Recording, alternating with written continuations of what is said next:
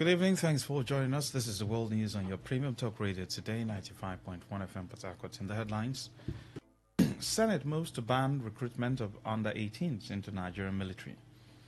House of Reps orders suspension of WAEC computer-based exams until 2030. Rivers police arrest 8 suspected cultists in Diobu crackdown. On the foreign scene, Pakistan Parliament approves constitutional amendment granting lifetime immunity to President and Army Chief. I am Lucky Maxwell. The Senate has passed the Armed Forces Repeal and Reenactment Bill 2025 for second reading, moving to prohibit the recruitment of persons below 18 years into Nigeria's military. The provision aligns with the nation's defense policies with the Child Rights Act 2003, the United Nations Convention on the Rights of the Child, and the African Charter on the Right and Welfare of the Child, sponsored by Senator Abdulaziz Yaradua. The bill seeks to repeal the existing Armed Forces Act 2004 and replace it with a modern and constitutionally compliant framework.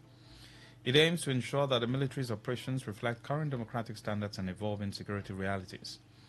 Leading the debate, Yaradua described the reform as long overdue, noting that the current law was inherited from a military decree and is no longer suited to Nigeria's democratic environment. He said the new legislation would strengthen accountability, professionalism, and respect for human rights within the armed forces. Among its key provisions, the bill expands the definition of military offenses, introduces proportionate punishment, and criminalizes interference with court-martial by superior officers. These measures are designed to promote justice and protect the independence of the military judicial system.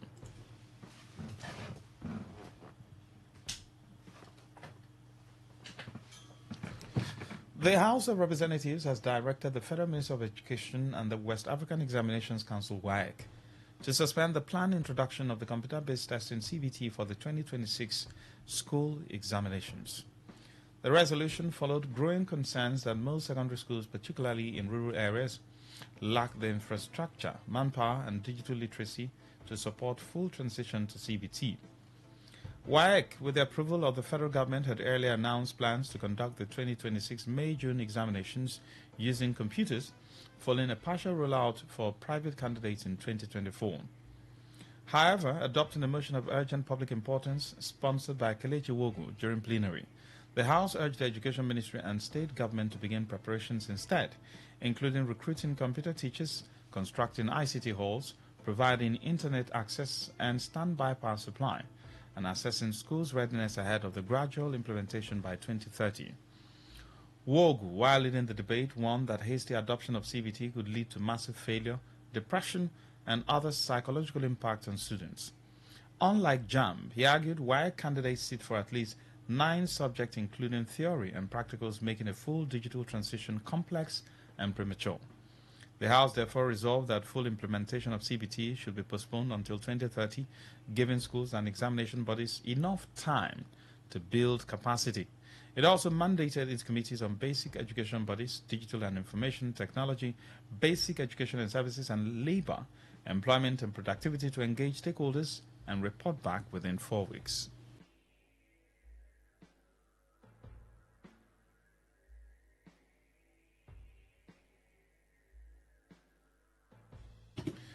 Meanwhile, the Joint Admissions and Matriculation Board JAM has conducted a computer-based promotional examination for 6,000 Directorate cadre staff under the Federal Civil Service Commission. The exercise, which held across multiple centers in Abuja, was also extended to candidates in the United Kingdom, the United States, India, and Egypt, marking the directive aims to enforce fairness, transparency, and accountability across the country's rapidly growing digital lending market. Announced by the Commission's Director of Corporate Affairs, Ondaje Ijagu. The compliance timeline follows the introduction of the Digital, Electronic, Online, and Non-Traditional Consumer Lending Regulations 2025, which took effect on July 21, 2025, under the Federal Competition and Consumer Protection Act 2018. To aid operators in meeting the new standards, the FCCPC has released accompanied guidelines outlining practical directions, required documentation, and updated Forms 1 and 3, based on stakeholder feedback. Commenting on the deadline, FCCPC Executive Vice Chairman Tunji Bello stressed that full compliance is both a legal obligation and a critical step in protecting consumers. The regulations cover all lending platforms, service partners, and intermediaries, and follow years of consumer abuses in Nigeria's digital lending space, including exorbitant interest rate, harassment, privacy violations, and illegal access to customers' phone contacts by unlicensed operators. As of November 2025, 438 digital lending companies have received full approval from the FCCPC, marking a significant increase in licensed operators in Nigeria's fast expanding online lending sector and signaling stronger consumer protections and regulatory oversight in the industry. The Minister of the Federal Capital Territory, FCT, Nyesom Wike, has dismissed reports suggesting he's at odds with the Nigerian military following a recent confrontation with a naval officer over a disputed parcel of land in Abuja, allegedly linked to a retired naval chief. Addressing newsmen in Abuja, Wike said the FCT administration would not succumb to intimidation or tolerate any individual, regardless of their status, violating land use regulations or obstructing government officials performing lawful duties. Wike explained that his actions, which were guided strictly by law and not by sentiment, had been exaggerated by those attempting to create the impression of a conflict between him and the armed forces. He maintained that the FCT administration's responsibility is to safeguard the integrity of Abuja's master plan and ensure that all development conform to approved land use provisions.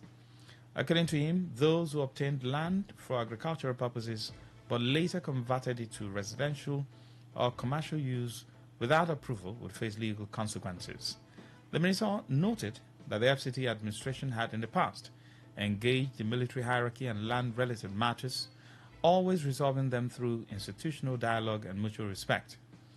Reaffirming his commitment to President Bola Tinubu's vision for the FCT, Wike vowed that enforcement against illegal development, land grabbing, and other violations of the Abuja Master Plan would continue. President Jonathan had awarded a contract to develop another city, which was not to the military. Awarded a contract, not me. Federal Council presided over by the CNC. Awarded the contract on one day. He was just away.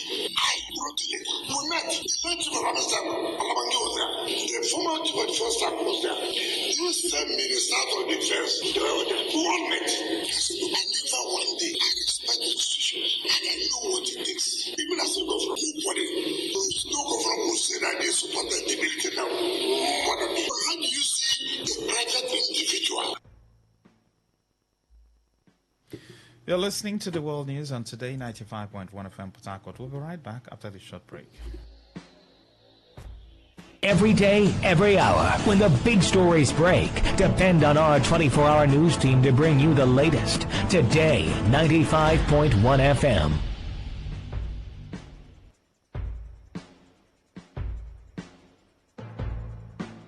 Thanks for staying with us. Now the rest of the news. The Federal High Court in Abuja has postponed judgment in the suit filed by former Jigawa State Governor Sule Lamido, challenging his exclusion from contesting the People's Democratic Party PDP chairmanship at its national convention. The case, presided over by Justice Peter Lifu, was scheduled for judgment today, but the court registrar informed the parties that the judgment was not ready. The court said the parties would be notified of the next date. Lamido had filed the suit to prevent the PDP from proceeding with its convention without him. Earlier, Justice Lifu issued a restraining order barring the party from holding the convention and stopping the Independent National Electoral Commission (INEC) from supervising or recognizing its outcome until the case was determined. The judge ruled that Lamido's motion ex parte was meritorious, noting that the convention timetable had not been properly published to members as required by law. After parties adopted their processes and presented arguments, the judge initially fixed Thursday for judgment but ultimately adjourned it, setting November 13 as the new date for ruling. Former Deputy National Chairman of the People's Democratic Party (PDP), Bode George, has attributed Nigeria's persistent ethnic and religious divisions to policies planted by the British colonial administration. Speaking during a television program, George described tribalism and religious bigotry as the root causes of many of Nigeria's political and social crises, noting that the country's inability to rise above such divisions has hindered its development. George stressed that Nigeria's diversity should be a strength, highlighting the history of interfaith and interethnic coexistence, especially in the western region. He shared personal experiences from his family, noting how his late sister practiced Islam, while he supported her religious pursuits, including participation in building a local mosque. George described ongoing religious conflicts in Nigeria as an existential imbecility unrelated to governance or national progress. His comments come amid recent allegations of Christian persecution in northern Nigeria and a warning by U.S. President Donald Trump, who threatened military action if Nigeria fails to curb the reported killings. George urged Nigerians to reject divisive tendencies and focus on building a united and equitable nation. The Rivers State Police Command has arrested 8 suspected cultists accused of terrorizing the Diobo axis of Port Harcourt. The suspects are 48-year-old Diebriye Gogo Abite, 30-year-old God's Follow Monday, Ifeanyi Samson, 28-year-old Gift Emmanuel, Friday Godwin, Chukwuemeka Dike, 23-year-old Brown Otu, and 43-year-old Diesai Ukulu. Police spokesperson Superintendent Grace Iringa Koko said the arrest followed a sustained operation targeting the Bloodsuckers and D12 factions of the notorious Degbam cult group, whose violent clashes since May 2025 have claimed several lives and caused panic in the community. She disclosed that police efforts have neutralized key members, recovered several weapons, including a Scorpion VZ61 submachine gun, a locally made Beretta pistol, and 20 rounds of live ammunition, and restored relative calm to the area.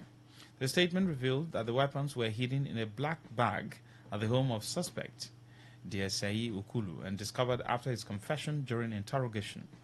Iringa Koko also confirmed the arrest of the group's alleged chief armorer, Chidebere Nwaiwu, popularly known as Daddy, who died in hospital after falling ill, with his remains preserved for autopsy. She added that Nwaiwu had planned to ambush police officers over a land dispute with the help of Michael Ejike, also known as Efizi, and Clinton Anwuso, both of whom will face prosecution once investigations are concluded, while other arrested suspects are already in court. The Rivers State Flood Prevention and Management Committee has reaffirmed its commitments to supporting residents affected by recent flooding in the state. The Deputy Governor, Professor Ngozi Maudu, who serves as the committee's chairman, restated this commitment while presenting relief materials to the Vice Chairman of Obiakpo Local Government Area and a representative of Abua Uda Local Government Area at the Central Medical Stores in Port Harcourt. Representing the Deputy Governor, Iyinge Brown, Vice Chairman of the committee and Head of Civil Service, urged local officials to ensure the materials are distributed fairly, reaching all those impacted by the floods. We are here on behalf of Her Excellency, Deputy Governor of Rivers State, Chairman of the Flood Management Committee, to make some presentation to representatives from Abua Odua Local Government. And the items, they have picked some items ready from NNS Pathfinder. The items that they are picking here include rice, 25 kg, 100 bags, rice, 10 kg, 100 bags, beans, 10 kg, 500 bags, garri, 25 kg, 200 bags, palm oil, 10 liters, stickers, Indomie noodles, normal size, 300 cartons, salt, 20 kg, and 30 bags. So I want to ask the representative, have you seen all these items? They have confirmed before you, President, that they have been and they have received and they are loading these items. In separate remarks, the Vice Chairman of Obiakpo Local Government Area, Gloria Joyce Nyeche, and the representative of the Chairman of Abua Udra Local Government Area, Ofori Namumin, expressed gratitude to Governor Similai Fubara, Professor Maugo Odu, and the Flood Committee, pledging prompt distribution of the relief items to the communities most in need. Today FM Uchendu Joe reports that Port Harcourt City Local Government Area is also set to receive its allocated relief materials. And that's the news. Well, before we go, here's a summary of the major stories. We told you that the Senate has moved to ban recruitment of under-18s into the Nigerian military. The House of Representatives has ordered the suspension of WAEC computer-based exams until 2030. We told you that Rivers police have arrested 8 suspected cultists in Diobo crackdown. Stella Sasong Okore edited the news. I am Lucky Maxwell. Please listen to these announcements. With total submission to the Almighty God, We, the members of Akpo Social Club of Nigeria, regret to announce the demise of our lovely and active member, Chief Wisdom Enyi, who departed on the 18th of August 2024 after a brief illness. All Akpo Social Club members are expected to be present at his residence by 7 p.m. Friday, 14th of November 2025 for all nights we keep. This was signed by Mr. Donatus Chinda, President, Mrs. Esther Kamalu, Secretary, and Mr. Augustine Osago, Club PRO. You may not realize it, but do you know you can always show your love for others with simple gestures? Here are some of them. Always look for the good in people. There are two sides to every story. We have our good and bad sides. So, look for the good in people. Focus on people's potential. Everyone has potential. So, rather than put them down, help them realize it. Choose to love. If you're given an option between giving love and receiving love, choose giving because that is a more practical choice. Treat everyone as equals. This means letting go of all the prejudice and partiality. See people for who they really are, not their jobs, not their apparels or bank accounts. If everyone does this, then the world will be a better place. Love yourself. You cannot give what you don't have. So, before you try to love other people, love yourself first. Forgive. We all make mistakes. So, whether it's a family or a stranger, the best way of showing love is forgiveness. Everyone deserves a second chance. Show compassion. Care for other people. Care for what they are going through. Do what you can to help. Give back to the community. Remember that a single drop of water can cause countless ripples. That donation, no matter how small, can inspire others to do the same. Smile, even to strangers.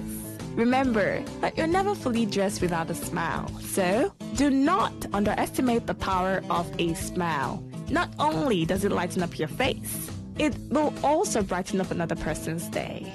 Be the spark of positivity you want to see.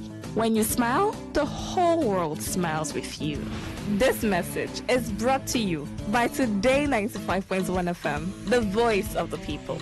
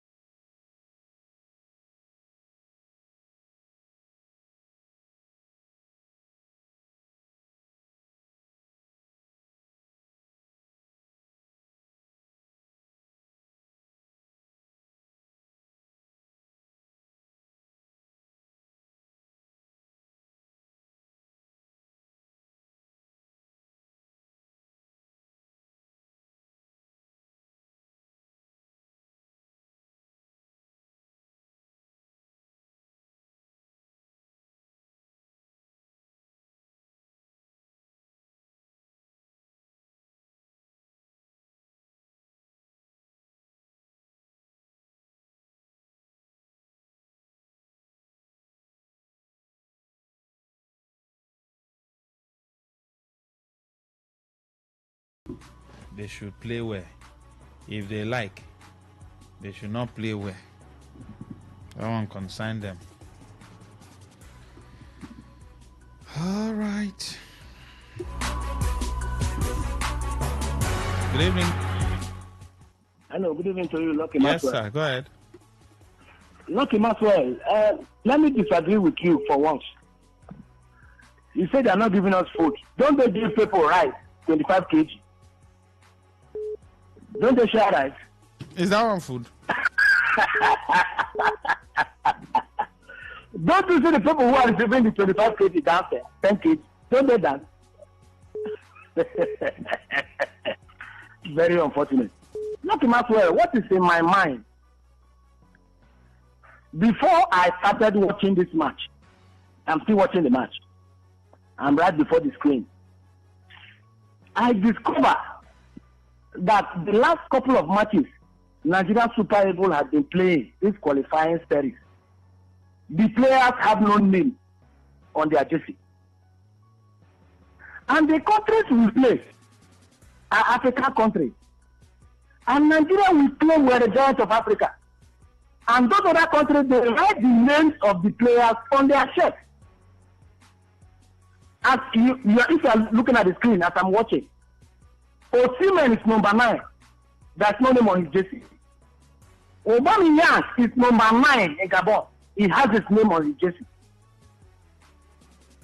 I discovered that almost all facets of our infrastructure are gone dead since the past 25 thereabout number of years of this democracy. For example, six people came in 75. The answer is, as I speak to you, the national stadium in Abuja is not working. The whole center, the only place Super Eagles are commissioned to play match as approved by FIFA is Uyo. 36 states, including Nigeria. The federal capital, the stadium is 0. Look, Maxwell, the quality of the police officers we have today, majority of them have reduced. Look at their characters on the road. Today, every police station has a gate. Is that what we used to have before? Is that what we used to have in our society, in our environment? Before the Nigerian police have barracks, there's one in my one there. There's one in Sasamadi. Do we have any barracks today for Nigerian police? Almost every social facet of Nigeria is gone dry. And we have people who go outside in Abuja, and every 2-3 days they approve loan. Before I drop, Lucky Maxwell, does it not shock you and surprise Nigerians that this is November, that Nigerian government led by President Bola Ahmed Tinubu is yet to implement 2024 budget, talk about 2025 budget, which is starting this October. We are entering 2026. I am worried. Thank you. Good evening, Robin Majari Farmer. Thank you very much. Please join the conversation. What's on your mind? Good evening. Hello, good evening. Yes, please. This is Ignatius. All right. Yes, what is on my mind is about what they said in the morning about the use of English language to teach children in school. See how our education system is going backward. There was a time we had what we called School of Basic Studies. Allow some students who are less privileged in education to meet up. They are going that downward. They come up federal government colleges. Some states has a mark of about 400 and something. Others have about 185. My own son scored 400. He was denied admission. But somebody who scored 185 from a particular state got admission. But thank God that my son is good at ISS. 2007 Michael Conquest essay competition. He was the second position. He won a computer desktop for now University of Port Harcourt. Sorry, University of University. 2009, he won Nigeria essay competition Nigerian Cooperative Competition. He was the first runner up. Go and Google it. The name you see there is my son. He got it. See how that boy could have been, just raised up, not going anywhere. See how our education system is going down because of particular people, when they teach them in their language, they cannot be able to meet up, they will fail in the exam, and therefore we are going to go. Oh my God, where are we heading to? What is the problem with us? See how education has become nonsense. Downward. Because of those people who are not meeting up, others we just follow them and go down. As a man told me that in those days, why people go to teachers training college, it's because that it does not mean that somebody who comes from standard 6 cannot teach children in the primary one. But he said no, they have to go to teachers training college. Why? He said because some students are fast, some are dull, some do sleep, some, just like that. So if the teacher will be teaching those who are fast, others will be left out. It is going for those who are down, others will be down. It is going for those who are fighting, others will be. So for that reason, when they go to QTC, they will teach them how they will handle all the whole students, that everyone is benefited. But ours here, we will take it because it's a particular people, a particular section, a particular one. We want everything to go down. I'm sorry. Thank you, my friend. Please. Stop. Good evening. Go ahead.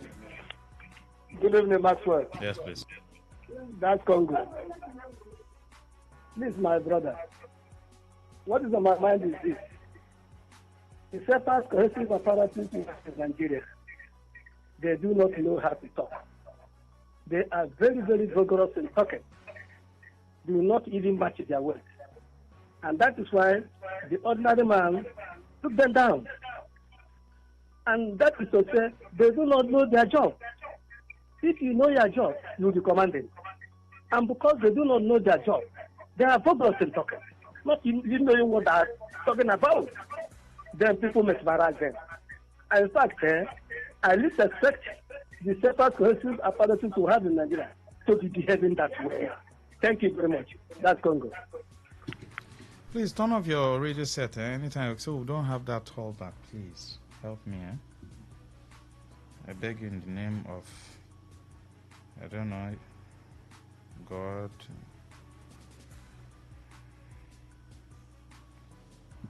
Keep the calls coming in 0810-9510951. I'd love to also have your messages. I'd love to read them.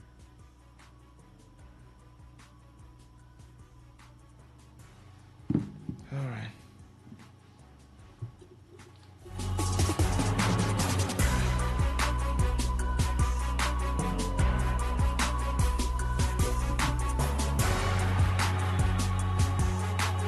Six to 9 minutes gone. Nigeria, Gabon, 0-0.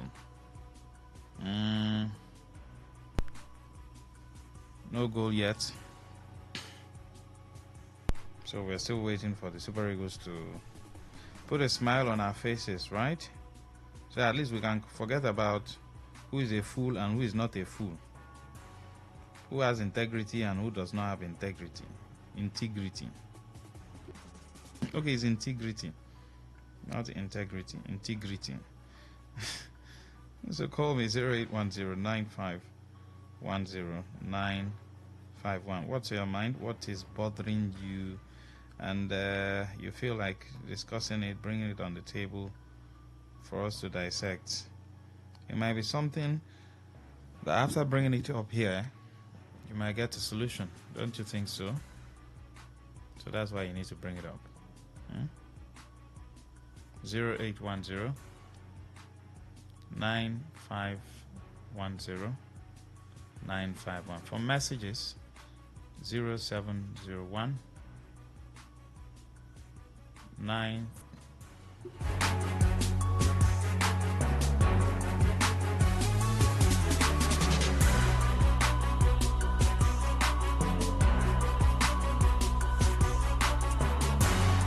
So earlier on, I was talking about, the policy fluctuation. One minister will come today and say, oh, we are doing 224. Another will come, we are doing 678. Another will come, let's do 242. as though it's you change mark formation so that your enemy, your opponent, will not know what you're playing and you'll be able to win. It looks like match formation. Let's take this. Good evening. Hello, go ahead. Hello, good evening. Yes, please. My name is Innocent. I'm calling from Port Harcourt. Go ahead. Yeah, Max, following the House of Reps decision to reverse the policy by the Minister of Education about CCC, that is computer-based test next year for WAEC. I think the Minister of Education has no option than to resign because he's not competent. He should have thought beforehand what will happen. How is it possible for us to have a computer-based education when he knows fully well that most of the rural areas we have challenge in this computer-based test? How can he bring that policy? How can he introduce such policy in Nigeria? Considering the vast areas, most of rural areas, some rural areas, no electricity. How can he introduce such policy? So I think that he has no option than to resign. Thank you very much. Innocent is my name. Thank you very much. Okay. So why would he resign?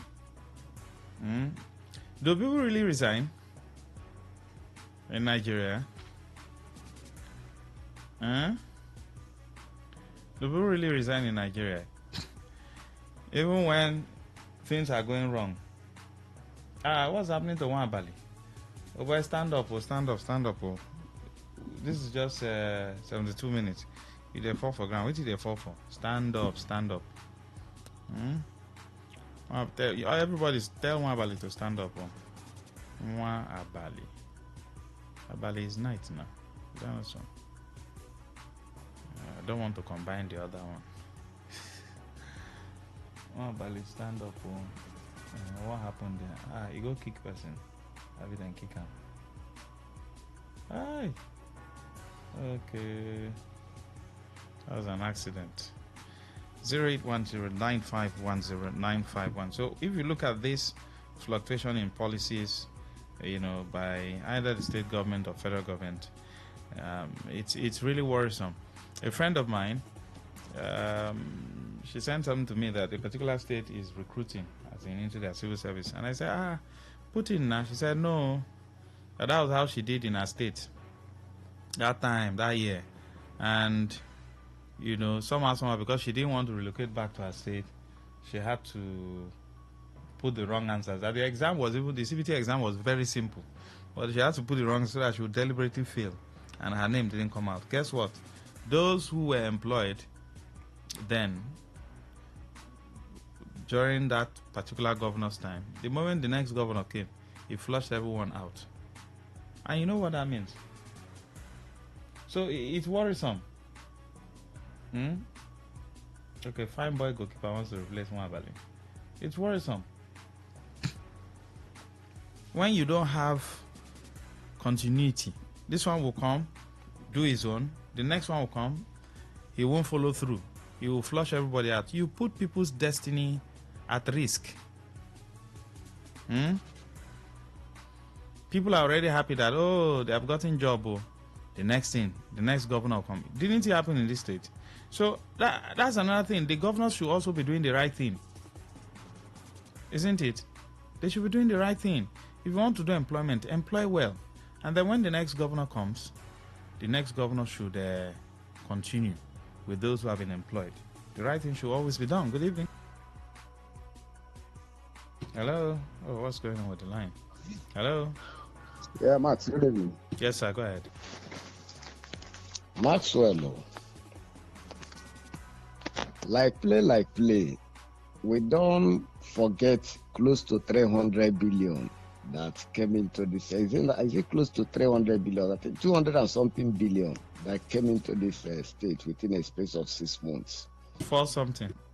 Okay, look at me. See, look at me. 400 and something billion that came into this state within a space of 6 months that we had the suspension of the governor, the state of emergency. You know, when it ended, it appeared like River State was going to be set ablaze because of that money. Do you see how gradually, like play, it has become story? We don't forget about Abu. Just like that, that money is gone, and the man that was kept in charge of this money is he's enjoying himself wherever he is now. We don't jump from that one to Regina Daniel and Ned Woke. From now, we are talking about you are a fool, you are not a fool. You can't shut me up. Shut up, you can't shut up. That is what has taken over. Like play, Maxwell, that money is gone. That's what I've just been thinking about. And is there anything anybody can do about it? I was telling somebody when it appeared like people were all these people were saying money they are going to do. I say nothing will happen. That money is gone and it's gone. And that is what it appears to be. They don't go 400 something billion. Thank you, sir. That's what's in on my mind. Thank you. Thank you so much. But that's what happens in Nigeria now. Haven't you heard about is it 100 and something trillion?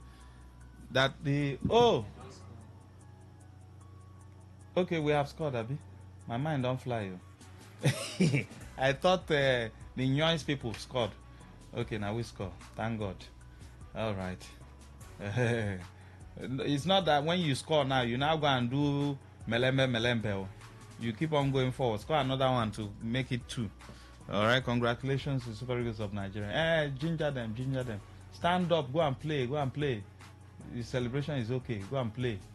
Never qualify for World Cup. They play playoffs. Hello. Good evening. Lucky Maxwell, congratulations. Bye-bye.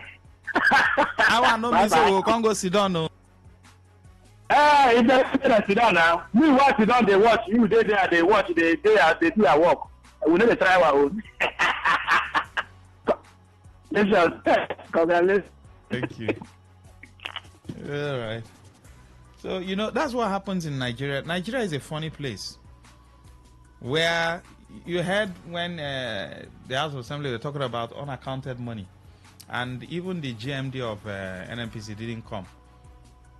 The committee said about 100 and something trillion or thereabout unaccounted for 100 and something trillion, and the explanations does not match.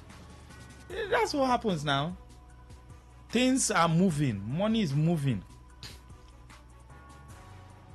Money is what? As we are talking now, money is moving. I was in a meeting on Monday, and sometimes when I'm in a meeting, you hear some certain things and you feel like crying, but you can't just cry. You come out and you see Nigerians on the road working so hard, suffering. And then when you hear some figures, you just know that we have a long way. Good evening. Yes, Mark, good evening. Yes, sir. Welcome. Thank you, Maxwell. The night blessing has come. The Lord has already blessed us with the rain one more time. And we are wishing our Super Eagles brothers well. Nigeria, one of the things that makes us look united is football.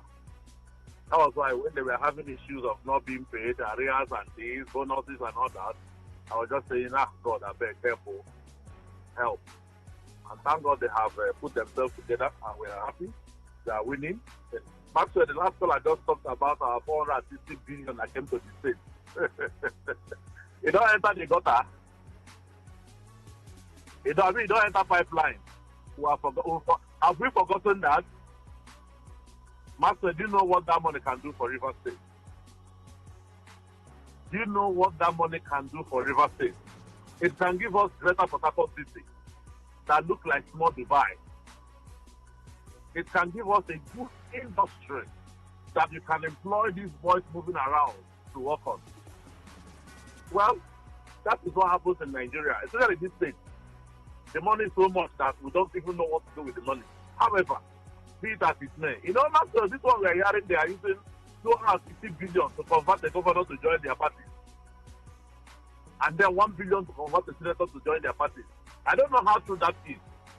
But some of these things that goes on, there's no smoke without fire. Part of such money will be channeled to such ventures if it is actually the truth. If not, how would they get this kind of money? to give the governor 250 billion to join their party. And we are laughing and clapping hands. And talking you a fool, you are not a fool. Regina and the husband. Let God deliver this country. Amen. Thank you, Doc. So a whole lot is happening. I was in that meeting and you hear figures and you hear what's going on. You now see why some things are not working. You know, you look at the oil and gas industry, right? And you ask yourself, when Shell and all these companies are actually recruiting, look at the kind of skills they look for. Reservoir engineer, instrumentation, this, that. You ask yourself a question. Within the Niger Delta, Southeast, Nigeria as a whole, do we have such skills? You ask yourself, why did Dangote go to India to bring in craftsmen, skilled men? Bua, who is building something in Akwa Ibom, is doing the same thing too. He's bringing in Indians. You talk about the Chinese, they are the ones who are also skilled. So in the oil and gas sector, our boys who are even doing something illegal here, why can't they bring them and then polish them and then teach them these skills? So you see that when these oil and gas companies are recruiting, check the jobs they are looking for, the skills they are looking for. Do we have them? And then you also talk about the NDDC that is supposed to be providing skills and all that through ventures for the youth in the Niger Delta. When people even send proposals to them, they don't want to see such proposals. I mean, politicians generally.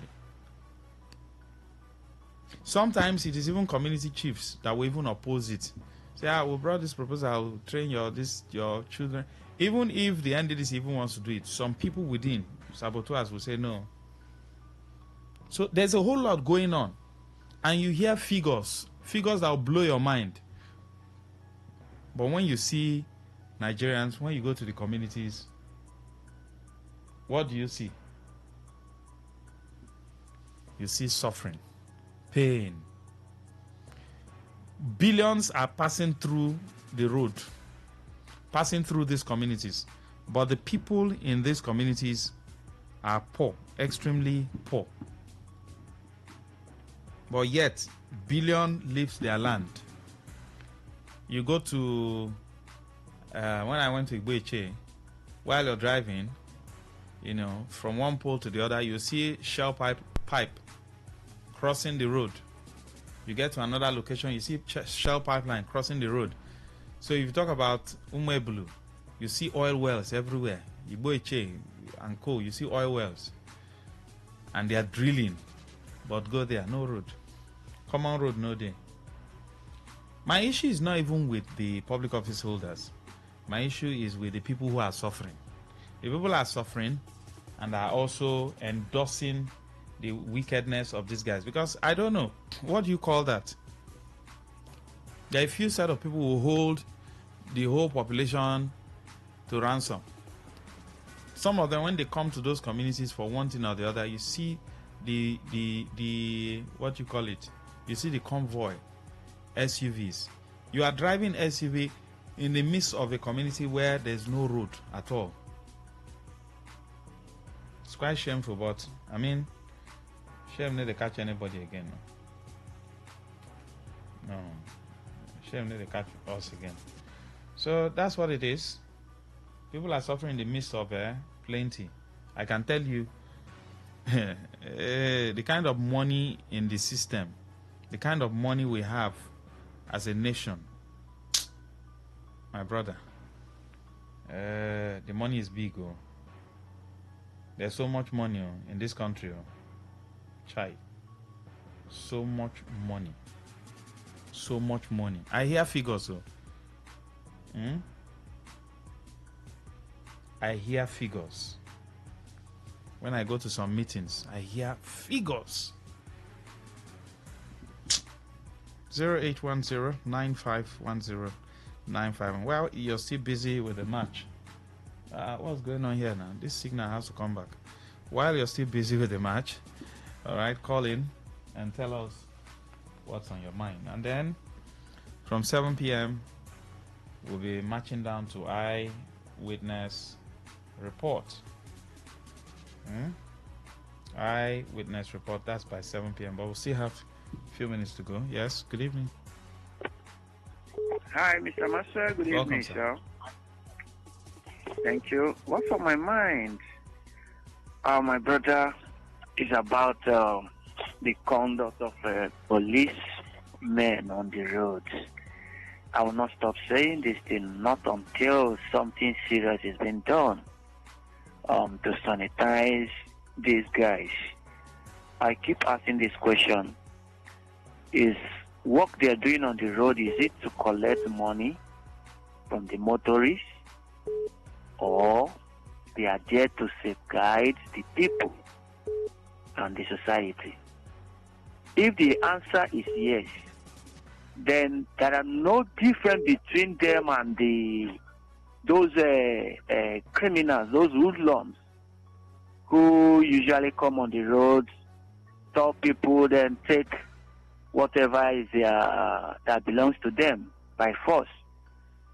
So, and I ask this question: what is the commission of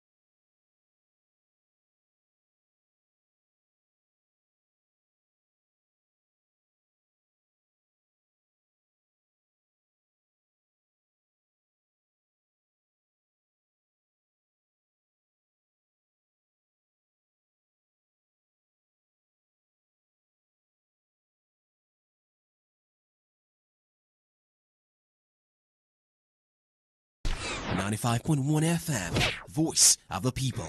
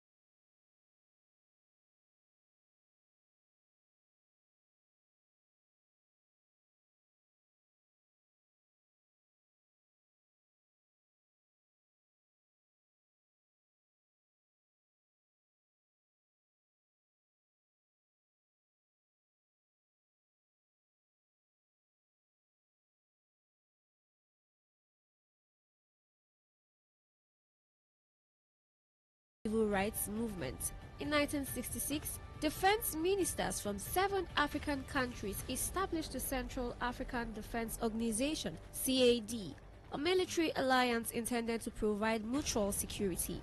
In 1974, a technical glitch led to a significant stock market shutdown in New York, affecting global trading activities. In 2015, ISIS claimed responsibility for a coordinated terrorist attack in Paris, which resulted in multiple fatalities and injuries, leading to increased global counter-terrorism efforts. And in 2020, the COVID-19 pandemic surpassed 53 million cases worldwide, with nations grappling with health, economic and social challenges. On this day in history, on this day in history, on this day in history. You may not realize it, but do you know you can always show your love for others with simple gestures? Here are some of them. Always look for the good in people. There are 2 sides to every story. We have our good and bad sides. So, look for the good in people. Focus on people's potential. Everyone has potential. So, rather than put them down, help them realize it. Choose to love. If you're given an option between giving love and receiving love, choose giving because that is a more practical choice. Treat everyone as equals. This means letting go of all the prejudice and partiality. See people for who they really are, not their jobs, not their apparels or bank accounts. If everyone does this, then the world will be a better place. Love yourself. You cannot give what you don't have. So, before you try to love other people, love yourself first. Forgive. We all make mistakes. So, whether it's a family or a stranger, the best way of showing love is forgiveness. Everyone deserves a second chance. Show compassion. Care for other people. Care for what they are going through. Do what you can to help. Give back to the community. Remember that a single drop of water can cause countless ripples. That donation, no matter how small, can inspire others to do the same. Smile, even to strangers. Remember that you're never fully dressed without a smile. So, do not underestimate the power of a smile. Not only does it lighten up your face, it will also brighten up another person's day. Be the spark of positivity you want to see. When you smile, the whole world smiles with you. This message is brought to you by Today95.1 FM, the voice of the people.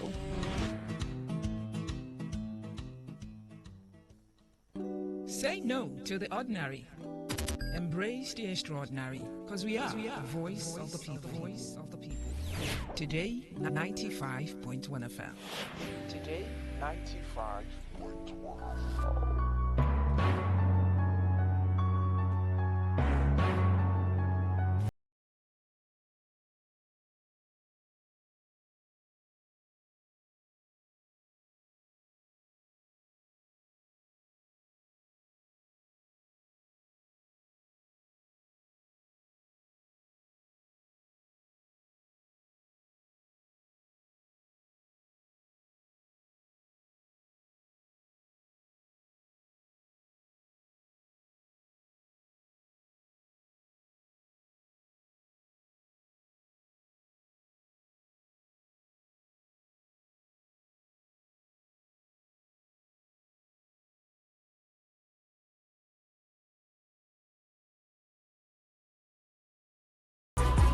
All right, in case you don't know, now one Ali Bongo's people have equalized. These are super egos.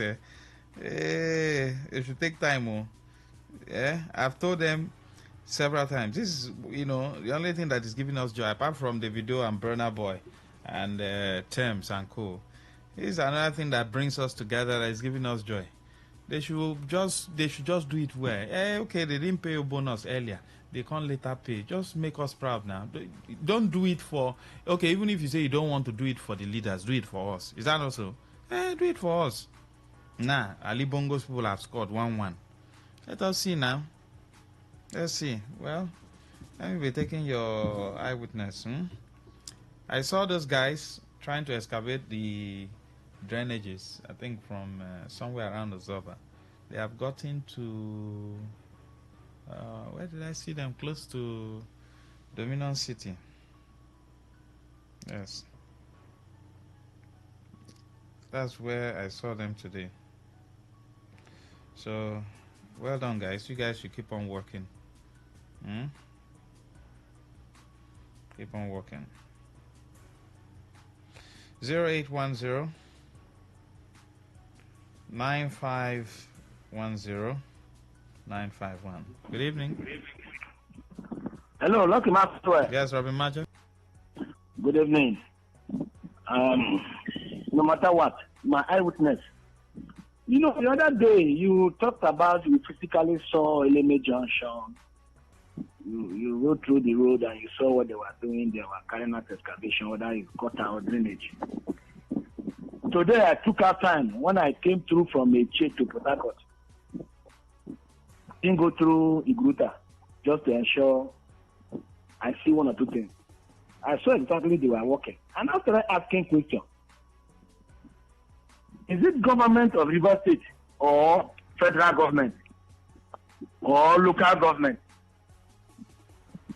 You know, and the feelers I got was the remediation or emergency repair that the governor of River State gave last year, that is the continuation of the job. I began to wonder. If you recall, and those who are listening to me, I complained that emergency repair was haphazard, was done in a manner as if it's not River State, as if the governor did not visit that notorious Goro pit, where he made statements, the importance of the road, the economic importance, linking Aba, that's the Abia State and Imo State, Ngokwala. So if it's the continuation of that job, I think that the governor of River State should put his foot on the ground. The same way he has visited the other areas wherein he has noticed that some contractors are not delivering, while others are working well. Because if that is not done, the road will be done in such a manner with which it was left. Having said so, then the Eleme Junction itself, that road, the middle of the road as a gully, as a gutter, that place looks as if it's not governed. The kind of illegal activities going there, the kind of touting, how young men are busy disturbing and worrying those who hustle to sell on the road. And they are all occupying the road. What is going on? Don't we have Minister of Environment? If nothing is working, Minister of Environment. How can people come from Aba and get to that place, or from Warri and get to that place, and they now see that this is Port Harcourt? It's worrisome now. Let me drop, let others call. Thank you. God bless you and God bless Nigeria and oppress Nigeria like me. Thank you very much for your time. All right. Please feel free to join the conversation. 0810 9510 951. Eyewitness report. What is your eyewitness report? Send your messages to 0701 9339 962. It's still 1-1. We have additional 12 minutes. Osime, looks like he's frustrated. Even their coach looks like Ali Bongo. The man became popular when he was ousted from office, and he started saying people should make noise. Make noise. Everybody make noise. Well, they said the wife and the son, the court gave a verdict that they actually did some things while their father was in office. The woman said she will continue to fight. And I don't know why Africa is like that. Not that other people don't steal in other climes, but ours is just off the radar. while we're in office and stealing, we don't also do things for the citizens. That's where even the problem is. Good evening. Lucky, Master, good evening. Go ahead, sir. Yeah, expert. I'm calling from a very moment. Yes, sir. Yeah, Lucky, help us ask His Excellency what is happening in the educational sector. We cannot, I'm sure I don't know what to say. Some of the things you don't like. Some of the things you don't like. Don't worry, very soon the match will come to an end. Don't kill yourself. Whether they go World Cup or they're no good World Cup, we will still live. Good evening. My eyewitness is that I changed the number I used to register for NIN. When I applied for JAMB registration earlier this year, JAMB couldn't send the code to me. I went to JAMB head office, and they directed me to go to NIMC because the issue was not from them. I went to NIMC head office only to be disappointed. This is the second time I tried to register for JAMB, only to fail because of this issue. Any agency that's responsible should rectify this issue. It's really discouraging and a huge failure from the agencies. You know, this, you have NIN, you have, what again? You have NIN, you have voter's card, you have a credit card, that's your ATM. For me, I think it's duplicity, duplication of duties. Why can't they just do one central card? You still have BVN, you see, which one now? Let's have one, right? So you can use it across board. We should try as much as we can to make things easy. The system is too cumbersome. Do you know somebody was complaining about change of name? Someone who got married and then she has to change name. It's been worrisome. It's been funny.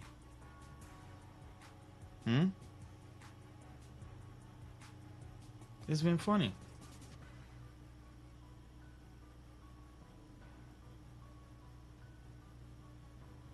To change your name, on your BVN. Now she's married, so probably she'll have to start answering the husband's name. Now to go and change it so that it will now reflect the new one, it's becoming a problem. What's that? They want to play extra time? Okay. One person must win. Is that not so? So they are going into another round. Look at South Road for rain that lasted less than 2 hours. Whoa, the flood is too much. And a friend of mine who stays in Igruta, actually told me they've not been having light for a very long time now. And I asked her if their transformer is good. She said it's good. You should stop chewing gum and go and score goal and give us, full smiles on our faces. Chewing gum. Oh, this is South Road. There's this small rain now that we just experienced. It means something is wrong. NTA will also be like this. Good evening. Hello, good evening. Yes, please go ahead. Yeah, this is Imama, calling from Base University. You see, since after succession of Governor Sen, and Governor is not proactive in terms of discharging his duties. Even before the hello. Go ahead. Hello. Even before the suspension, he approved helping teachers. Are you hearing me? Yes. Yes, he approved helping teachers. Even now, after suspension, now the helping teachers is still pending. Why not to give them much order to start work? So many schools are lack of teachers across the state. There are lack of teachers, but you have people who are willing to work. So you should give them marching order to start work immediately. I don't know, before the suspension he was doing well, but now he has failed. Give them marching order to start work immediately. Schools are lack of teachers. I don't understand. No time for him again. He has only 3 months. I don't understand what he's doing. Every time I ring road, but the road, I don't understand. He should concentrate in human capital development. Give it to represent employment. Their name is still a system. Order pronounced that they should start work. They will start work immediately. I don't understand. What is he doing? I remember my man. Hey, my man, thank you. So you should start to do this. So we are waiting for him. All right. Thank you. Thank you. Now you understand what's going on. Don't you understand? My man would talk. You say, I don't understand. You have to understand, though. Please understand, man. Understand with us, Now, small. All right, 0810-9510951. That's the number to call to be a part of the conversation. Your eyewitness report is basically everything around you. What you can see, feel, you like, you dislike. That's, what your eyewitness is all about. So you have the opportunity to bring it on the table. Let's talk about it. You can also send a message. If you're trying to call because of the rain and it's not going through, please don't get angry. Just send a message to 0701 9339 962 because I'm trying to pick and then your number is the call will just go off. That's network issue. I don't blame you for that. But just keep on trying. My second eyewitness is about the NDDC Solar Light project. The solar light contract in Igbogo Farm Road was awarded to Rajatech Company. The solar street light has been installed on the major road, but only the base of the solar light are available in the internal streets. Please, the company in charge should complete the project. That's another problem. That is what? Another problem. That's another problem. When projects are awarded, they don't finish it. And of course, this is to the detriment of the citizens. That's the problem. So when projects are not completed, who suffers it? The citizens. 0810 9510 951.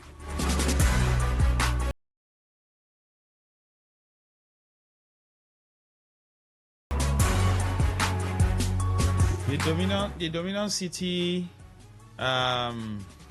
road, that's Majesty Estate, just at the gate there. That place is still very bad.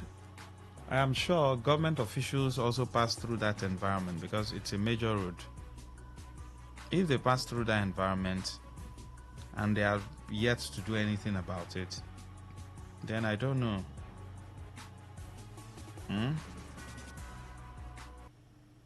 I don't know how we're going to cope because that place is very bad. So the moment you get to Open University, you look forward, you just see traffic. It's wasting a lot of time, people's time. It is also wasting their fuel because when people get there, they have to move, there's this snail-like movement that happens there.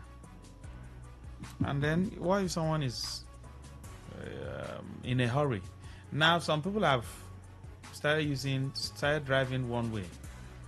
Just from that Ovirikori Junction, opposite now, Open University, people are now driving one way because they can't afford to go and wait and be wasting time. So they'll drive one way. So everywhere is now becoming funny. What will it take to fix that particular spot? As in, what will it take the government to fix it? I'm just asking a question. What will it take to fix that particular spot? I don't think it will take anything. Will it? No. It won't take government anything to fix that particular spot. So I think it is high time the government does the needful. We can't be shouting on radio every day for something that ordinarily people shouldn't even talk about.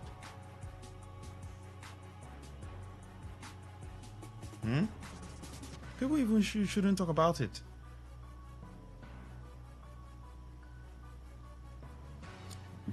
All right, let's take a look at some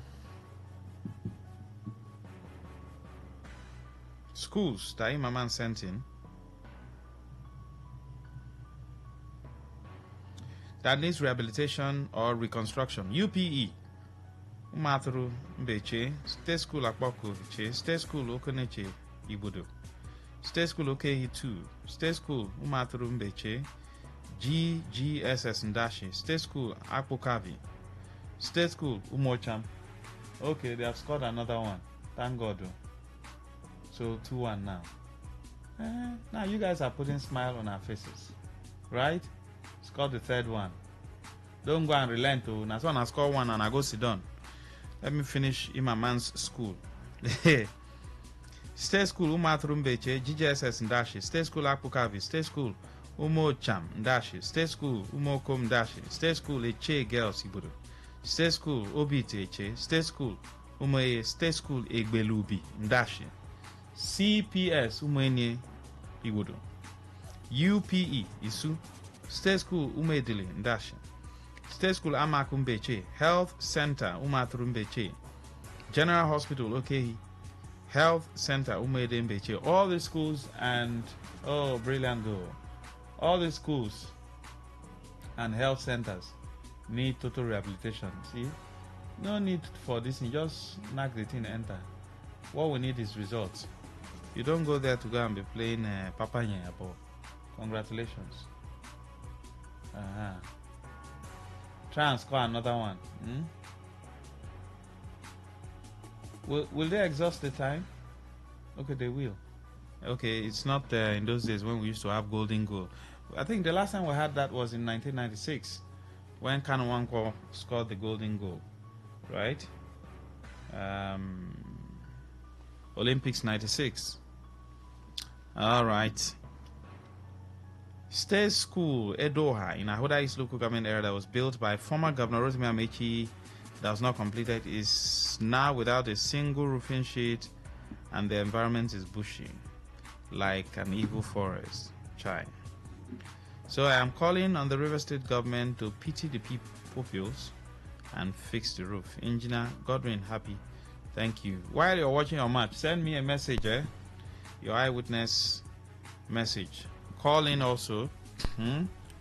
Just stay one corner. Call me and tell me what's going on in your environment. Is it flooded with this small rain? Is your environment flooded? Where is flooded? I'd love to know.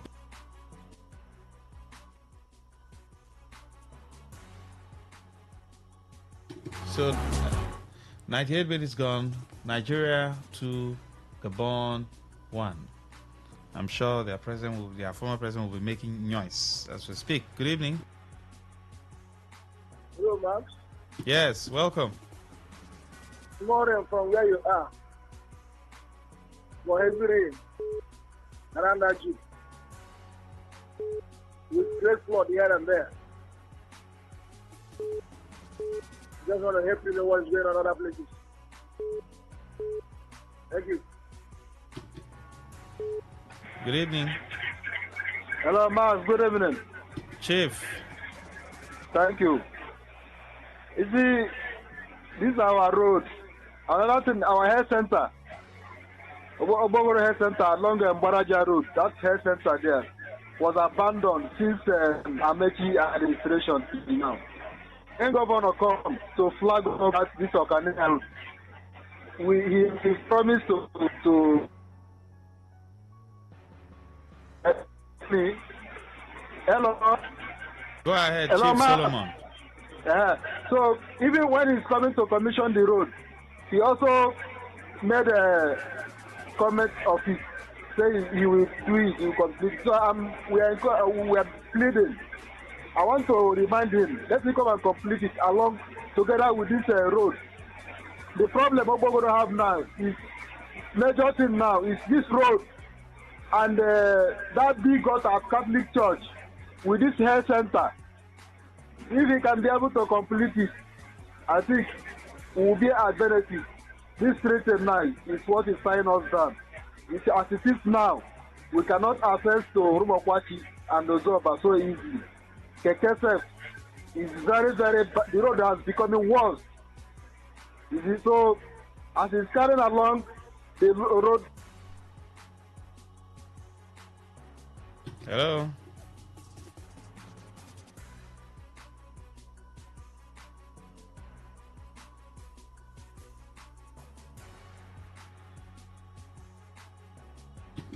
Oh.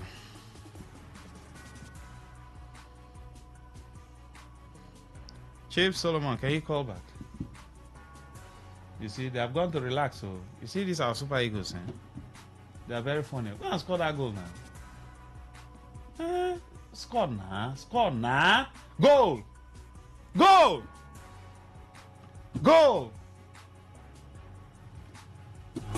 Ladies and gentlemen, 3-1. Super Eagles 3. The noisy people 1. That's the Gabonese. Osimhen.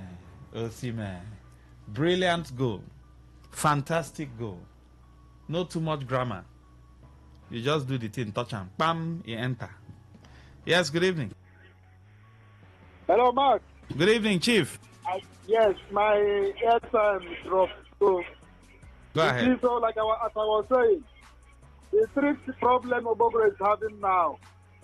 This number one, this road, Ring Road, Ozoba, from Ozoba to Obogoro. Number two, that big gutter opposite Catholic Church. Minister of Works, you know what I'm talking about. And number three, health center. So we are pleading, let him come and help us. Thank you so much. Thank you so much. Thank you. At least my mind don't come down small. Then you can score another one and make it 4. We still have time now. Is that not so? Yes, of course. Maxwell, the match go end for 2-2. Oh, thank God you sent this to me. They don't shame you now. It's now 3-2. You know we end for 2-2, yeah? Sorry, it's now 3-1. You say you go end for 2-2. See, now 3-1. Thank God. Bring my drink. You won't carry my Super Eagles play. I know they have their challenges, but man, you know, you still have to give them the benefit of the doubt. Are they not trying? They are trying now. 0810-9510-951. What is this one? What's this one now? Okay. I thought they were trying to do some esme there. All right. Max, I thought there was a law that prohibits people from smoking and moving about the street. The government should please revisit that law. You cannot be smoking and enjoying yourself and then making me uncomfortable. Pio from Rukwaku. Pio, you see, we have a lot of laws. No doubt. That's the issue. We have a lot of what? Laws. In Nigeria.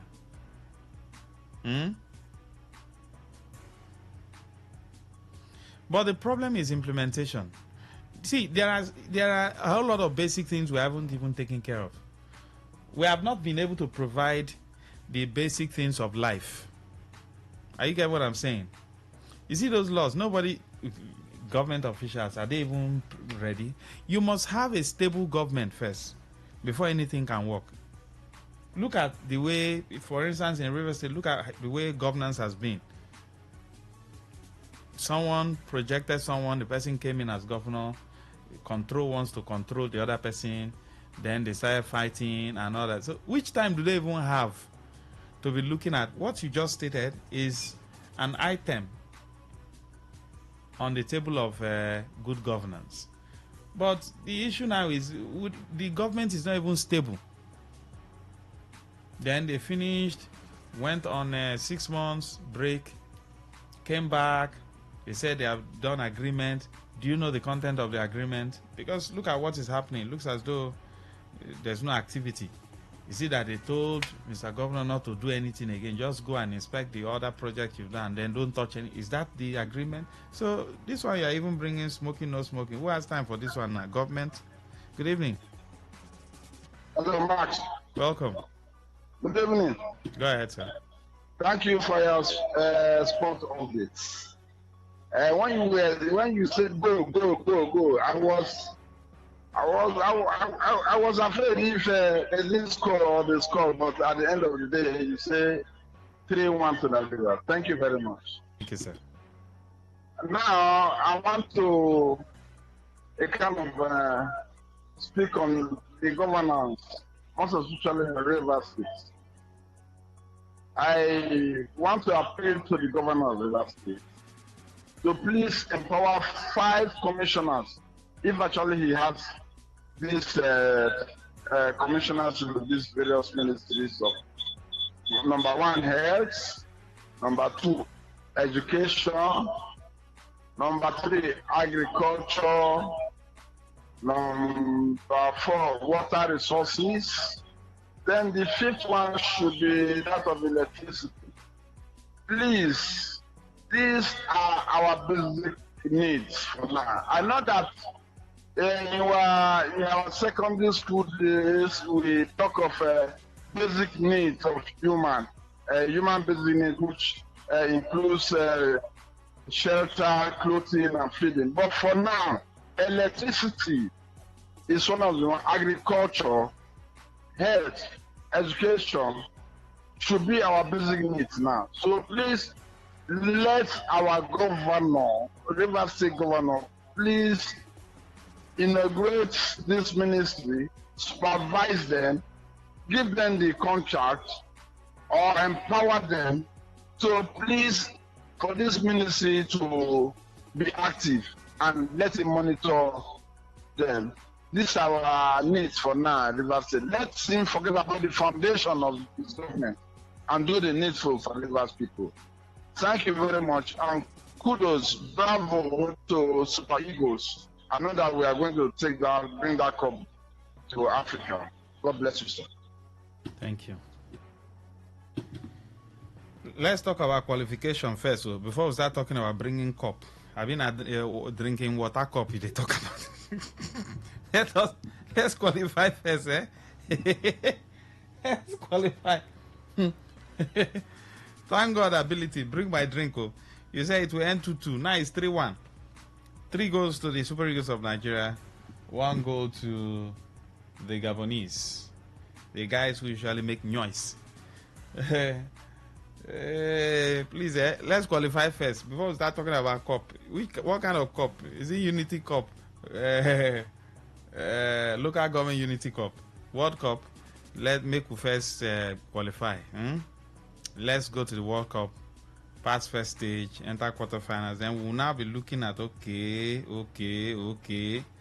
The world stage no be here. No be this our John and John kind of play. Good evening, Max. So we are calling on the government of River State to come to the aid of Umebulu, Ikweremgwa, Igboeche roads needs restoration and repair.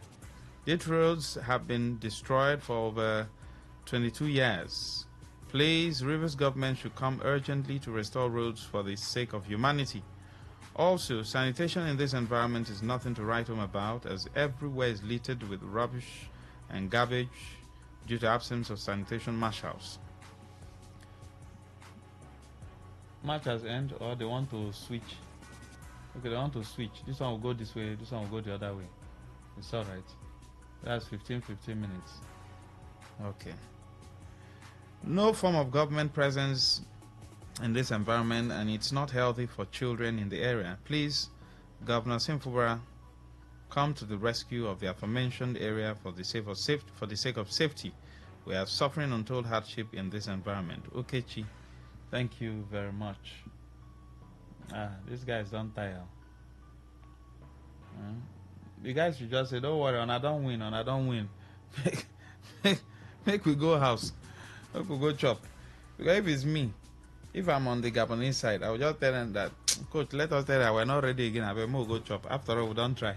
Yeah, and I don't win, no problem. Referee, blow whistle. Everybody will go their way. Why is this Gabonese coach gingering? Who are you gingering, my friend? Be careful. Do you hear me? Be careful. All right, 0810-9510-951. Potholes in the city. Now that it rained, I wonder how Majesty Estate Dominion City front will look like. Mbolu is another area that also floods. All right, Eric Shell is giving them, first class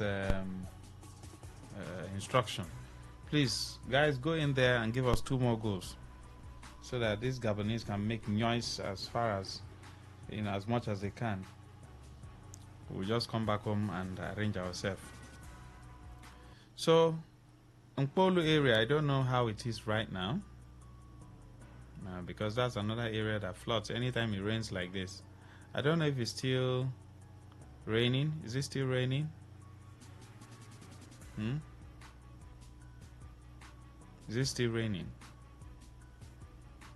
0810-9510-951.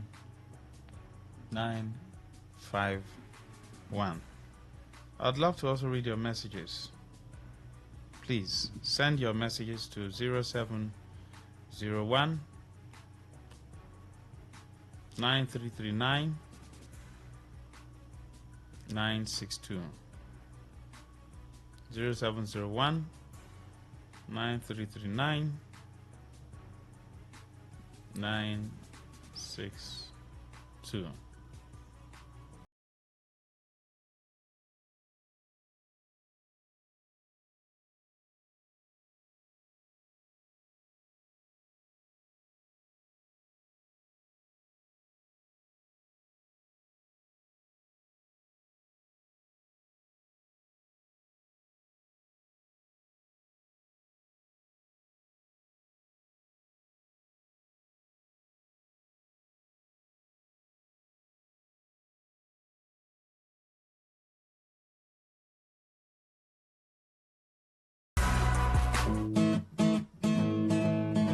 You may not realize it, but do you know you can always show your love for others with simple gestures? Here are some of them. Always look for the good in people. There are 2 sides to every story. We have our good and bad sides. So, look for the good in people. Focus on people's potential. Everyone has potential. So, rather than put them down, help them realize it. Choose to love. If you're given an option between giving love and receiving love, choose giving, because that is a more practical choice. Treat everyone as equals. This means letting go of all the prejudice and partiality. See people for who they really are, not their jobs, not their apparels or bank accounts. If everyone does this, then the world will be a better place. Love yourself. You cannot give what you don't have. So, before you try to love other people, love yourself first. Forgive. We all make mistakes. So, whether it's a family or a stranger, the best way of showing love is forgiveness. Everyone deserves a second chance. Show compassion. Care for other people. Care for what they are going through. Do what you can to help. Give back to the community. Remember that a single drop of water can cause countless ripples. That donation, no matter how small, can inspire others to do the same. Smile, even to strangers. Remember that you're never fully dressed without a smile. So, do not underestimate the power of a smile. Not only does it lighten up your face, it will also brighten up another person's day. Be the spark of positivity you want to see. When you smile, the whole world smiles with you. This message is brought to you by Today95.1 FM, the voice of the people.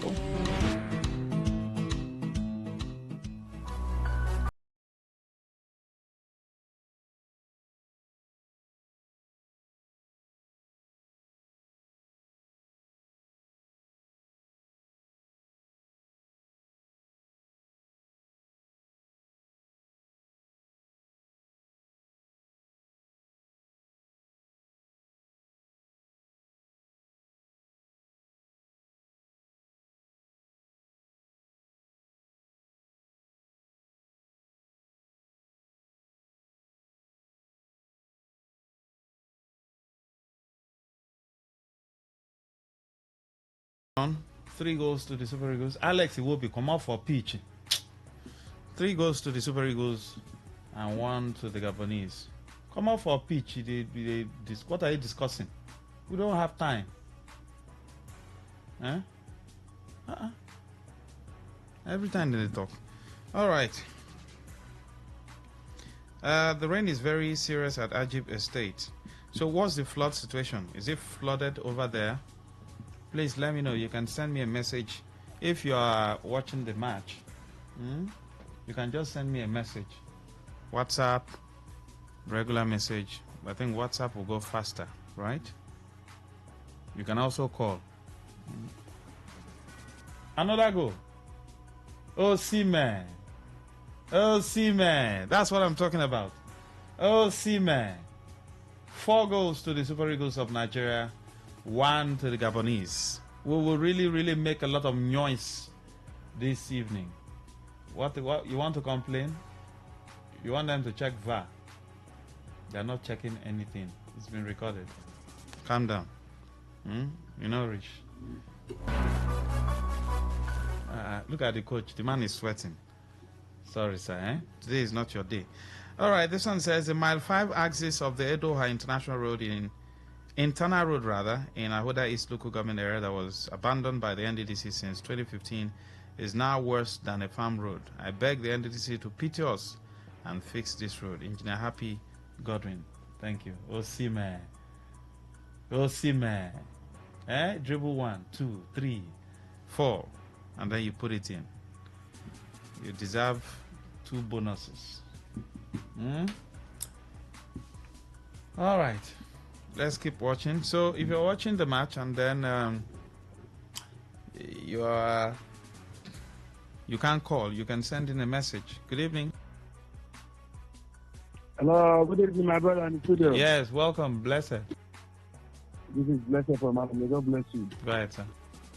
My brother, one that I witnessed I want to tell you now.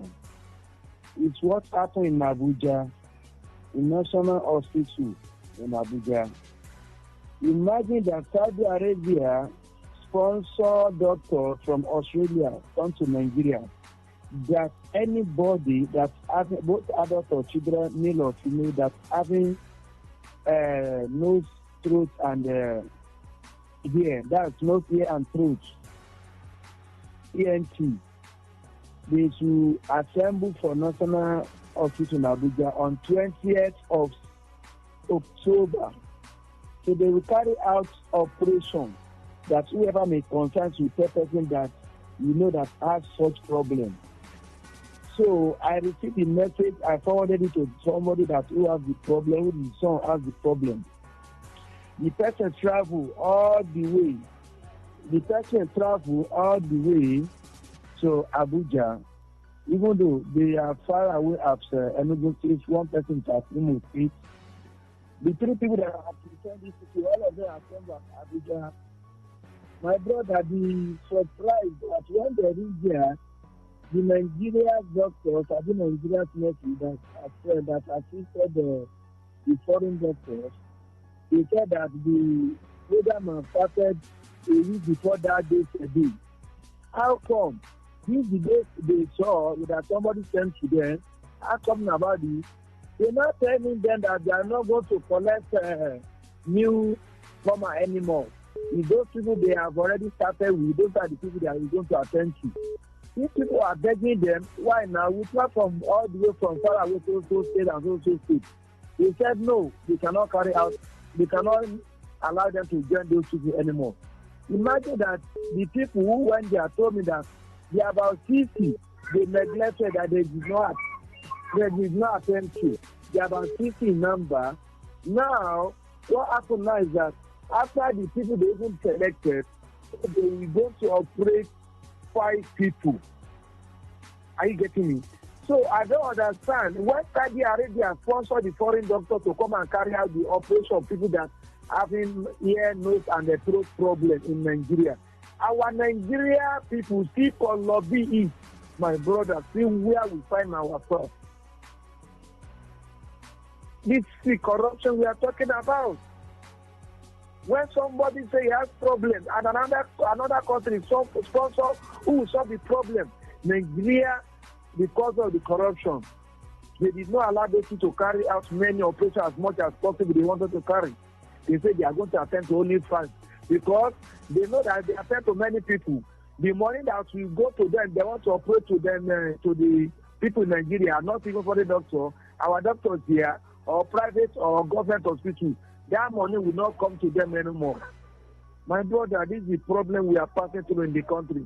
Those people now say that as you see what happened, I said they should start to meet they should start to meet some people there so that they can be able to assist them one way or the other. They stay for complete 5 days inside mosquito.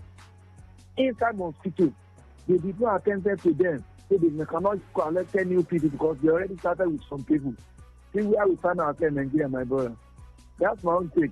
Second one, our law here, part of our law, where I'm residing, since last year we are suffering for life.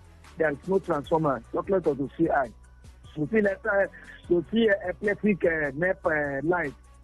And besides, our law is one of the communities that having oil block, the federal government are collecting. But they are not giving or returning. As you see where we find ourselves. Tomorrow we say we need to vote for whole person, we need to vote for whole person. My brother, me, I'm not ready to vote for anybody anymore because of what we are passing through.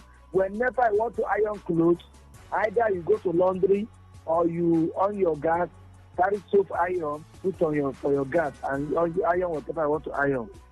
That's my own thing. And finally, the street I'm living, if it is raining, I think say there is flooding in some certain areas. If it is raining, it's rain boots I'm wearing. Whenever I'm going out, it's rain boots. Internal road, in fact, nothing is functioning internal road. For you to even carry your motor, no way. Chocolate of leg. As you see what you are passing through in Nigeria, where we have the resources that we can change the narrative of the country to the better.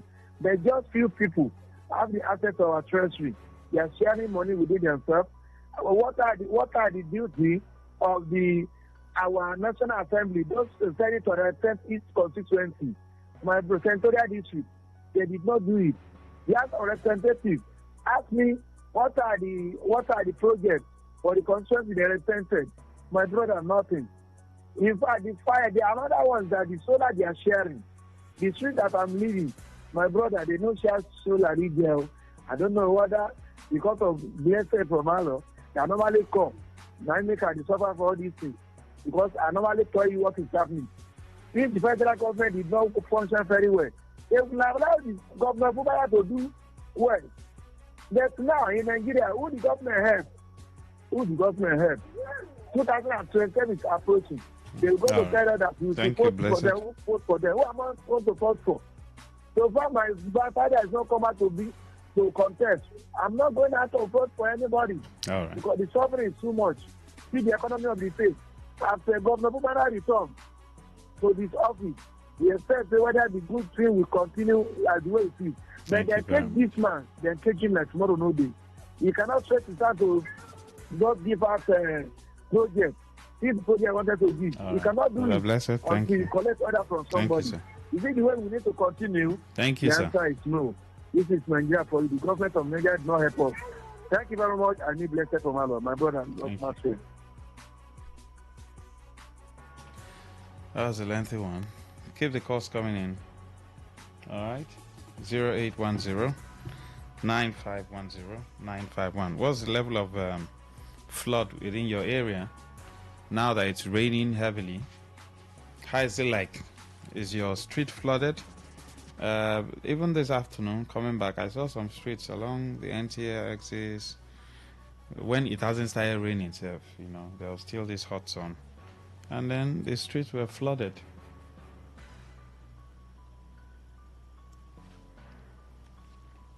All right, go and score the fifth one. We have 9 minutes to go for eyewitness report. So still expecting your call. I'm taking your orders. That should be a goal. No. I was expecting that to be a goal. 0810 9510 951. Your messages should be sent to 0701 9339 Yes, good evening. Yeah, Max, good evening. Yes, good to have you. My name is Jess, calling from Mission. Yes, please. Okay, my eyewitness report is they've mounted what's it called, NDC solar lights in our disastrous street P1, Rumuchi and Blue Road Park. Then that's by the way. But my own life, why wouldn't I take lights at this point? Where? Why were this match now if I want to take lights like where you they live? You say? Where you they live? I just for civic center. Civic center? Yes. And they took light? They never put street lights for civic center, only Rumuchi and... That's what I'm saying. They took light in the middle of this match? Yeah, they took light, yes. Oh, so sorry. You don't have solar or generator? But that's the problem there. All right, thank you. Thank you, darling. Thank you. Hello, good evening. Hello, Mr. Mark. Yes, good evening. Yeah, good evening, Mark. Yes, my accident today again is concerning those alcohol on the floor, on the floor Ikoku. Those ones they are disturbing. It's not a little thing those are doing there. I beg all the old security personnel in River State. Let them come for that Ikoku to them and bus stop. The harassment of those motor drivers. And number two, the armed robbers, the criminals of that place. It may not rain fall like this in night. You are valuable, your food, your money, your pocket, everything will be gone. So I don't know why they people who are there to my community, they are not taking any action to stop this mess. Man, the thing I saw today, more than what I saw yesterday, I saw this line again yesterday. We are coming there this evening after the rain so now, I even told me, no vehicle. I was trying to go and look where I get vehicle. I think see what those boys are doing. They are picking people's pockets and then go there. The other motor is start to enter after they go before that the popular market, that Joko market. My dear brother, they surround the man, they surround the driver. This one say community money, this one say money, this one say this one money. The man say I will not give him money, they want the man robber. I'm going to remember say government that's the guy father. Security personnel, giving all staff from April to my three bottom. The only people who are there, they are too much, please. We are tired of this kind of mess, please. Thank you, and Mr. Fan. Thank you very much. Good evening. Hello. Yes, good evening, sir. Good evening. My name is Jude. Yes, sir, go ahead. Yeah, please, I'm calling from Umwebuli, Ikwemengwa Road. Please, our able governor should come for our rescue. That road is totally messed up. We that drive from here to work every day, we suffer because every week you must visit mechanic because of the terrible state of the road. As I speak to you now, you can't even drive that road straight. You must, at a point, you will look for a bush road to pass. They would let you to come out the main road. So please, as a matter of urgency, our governor should come for our rescue because this road is nothing to write home about again. Over 12 years I have lived here now. No government present, nothing. The road has been like that. Every year we hear police that they will come, but nothing. So that is my eyewitness. Thank you. Thank you. Good evening. Mas, good evening. Welcome. Sir, Omebule, Equerengwa, Rose. We are suffering. Can you help us talk to the people in charge? Commissioner of Works, Commissioner of Health, Chairman Riwama, yes, Chairman Riwama, Managing Director Iwama, can they come to us and check their citizens at Ikwerengwo, Umebule, 1, 2, 3, 4, and Ibeche? These areas are really, in fact, some very bad that people are really having a lot of issues. Please help us appeal to the authorities to at least for once remember this environment. Thank you. Thank you, sir. So that's it. 4 goals to the Super Eagles of Nigeria and just 1 goal to the Gabonese, the noisy people. Maxwell, if the match ends for 3-1, I will buy you 2 bottles of beer with dog meat. Maxwell, are you aware that bad roads are also contributing to flood in the state?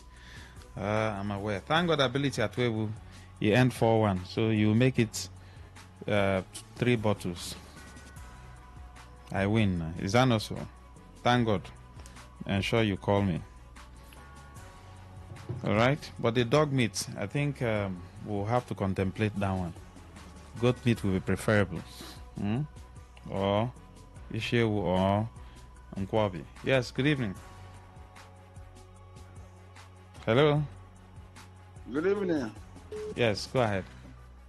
Please, what is the scores now? I had you go 4-1. 4-1. Yes, sir. Thank you very much. I told you, I called you the other time, and I told you that we are going to bring the cup to Africa, and you were doubting me. And this just we are still trying to qualify you. You have seen it. You've seen the handwriting on the wall. We are still trying to qualify now. We have not qualified yet now. Thank you. Good evening. Hello. Yes, good evening. Yes, please go ahead. Nothing much here. My own eyewitness is about my sister. I'm calling from Alo. Yes, please. My name is Patricia. My own eyewitness is about my sister who has been kidnapped since on Monday. And so far, so good. We've been trying to see how we can even get in touch. Nothing is happening. Hello? Yes, have you made contacts? Yes, they said the people in the area, because the CSO was called, so they said that they contacted the police, and then since that time, since on Monday, they actually went to the farm to cut vegetables with the woman that worked for her, and both of them were kidnapped on our way back from the farm. So the thing has really been giving me a sleepless night. It has really been worrying me. So more mother, and yeah. Okay, thank you. Thank you. Thank you. We wish her safe return. And that will take us to the next thing we're going to be looking at here in River State on security and you. Don't go anywhere. Stay with us.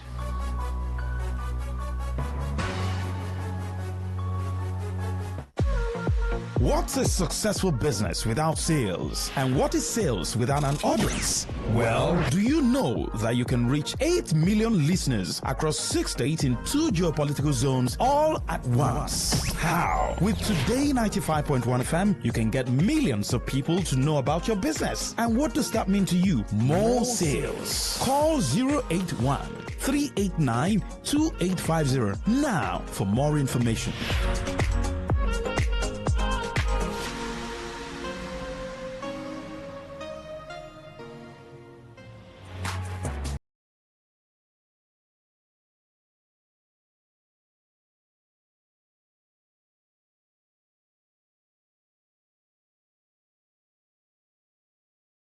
All right, on security and you today, we'll be assessing the security situation in River State. Someone just called in that the sibling was kidnapped alongside another woman. They went to the farm.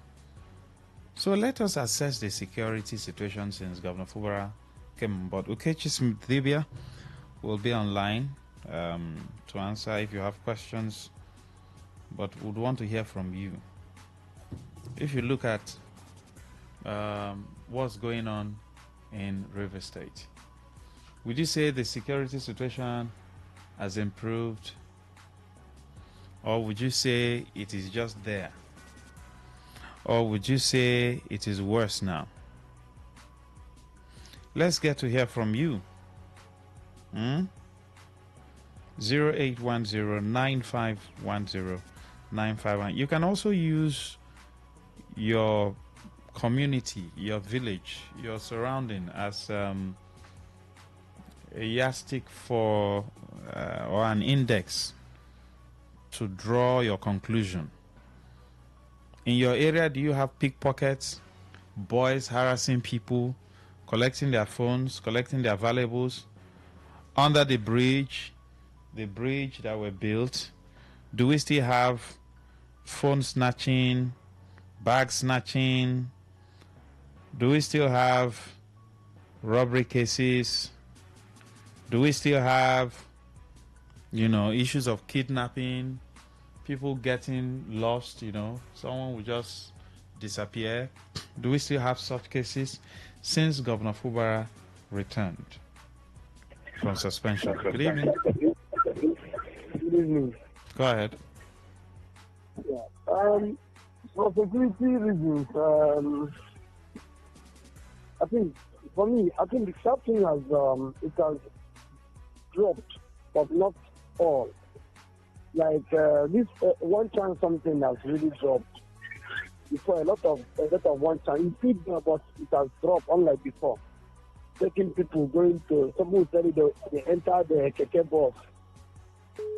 Maybe from Lumokoro, they take them to a chain where they go there and slaughter people and all that. There was a lot of cases, even going to Eagle Island everywhere. Now I think that one has dropped a little.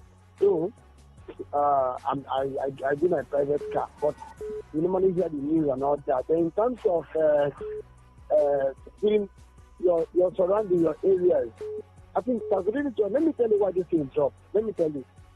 But people don't just think. Do you know why this thing is just? I don't support bad thing anyway. See these boys, they started doing this Yahoo. And this Bet Niger, it has really helped because the economy of this country is very, very bad now. You see, this Bet Niger has really made a lot of people are not doing this picking pocket or picking. A lot of people, just as they are playing football now, people are checking their phone. Let them know what they have done. Even some people will get 10,000, some people 5,000 naira. I support Bet Niger, but I don't support Yahoo. That one is bad. But without it, that has made a lot tough. It has been security agencies. I'm telling you, I'm being honest. This is my personal opinion, personal assumption. What I felt that is really helped. If you do that like that, it has really helped a lot. People are no longer going to have it to pick things because of they know they will get 1,000. So people are winning 2 million. Some people can win 700,000 naira, of which somebody can give to them. So a lot of people, it is encouraging a lot of people. This is that there is a gamble. But I'm telling you, it has really helped. I'm telling you. Thank you very much. All right. What's your assessment of the security situation in River State since the return of our governor from suspension? Good evening. Hello. Hello. Hello, Max. Good evening. Good evening, sir. Welcome, sir. Go ahead.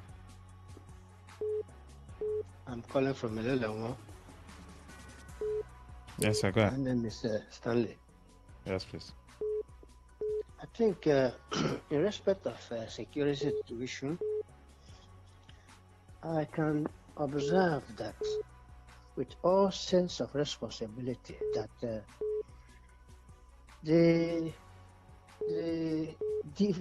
that's, I don't know the language to use now, the deviants, that's people of no means, people of questionable characters, people that are nuisance to the society, petty thieves, outbrews, and all other people who have no real,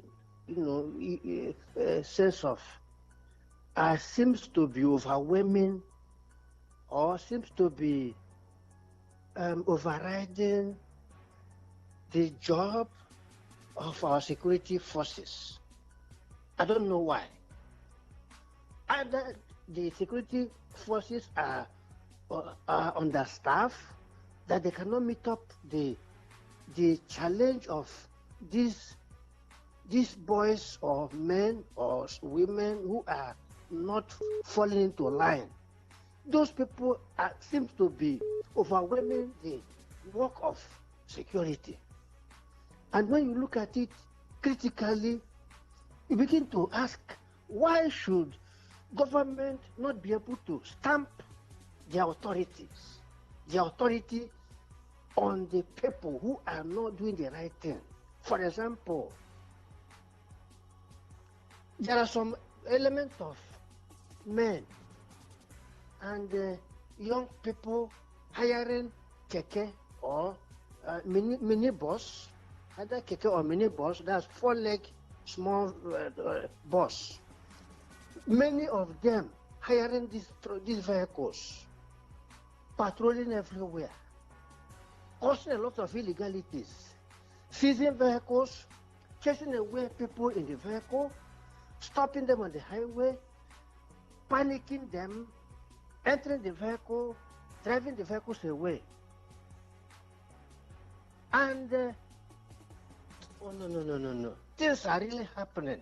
I know it is not only River State, probably other places. But what's your own assessment of the security situation in River State? Well, they are generally, security is generic. Generically speaking, security has really improved because there are not much of activities going on in different areas. But my own concern is what is happening generally around everywhere, along the road, on the public places, the harassment, the inactivity of our security people, checkmating those illegalities. That's just a concern. And those people seem to have overtaken the space, and everywhere looks like ungoverned spaces without any form of action from the security, taming them, stopping them, or even asking them to stop. For example, all this stealing going on at Element about. Can't the CP, Commissioner of Police, and the Joint Task Force, can't they go and stop all those illegalities and let citizens of Nigeria move freely in their own state? Citizens of River State, can't they move freely in their own state?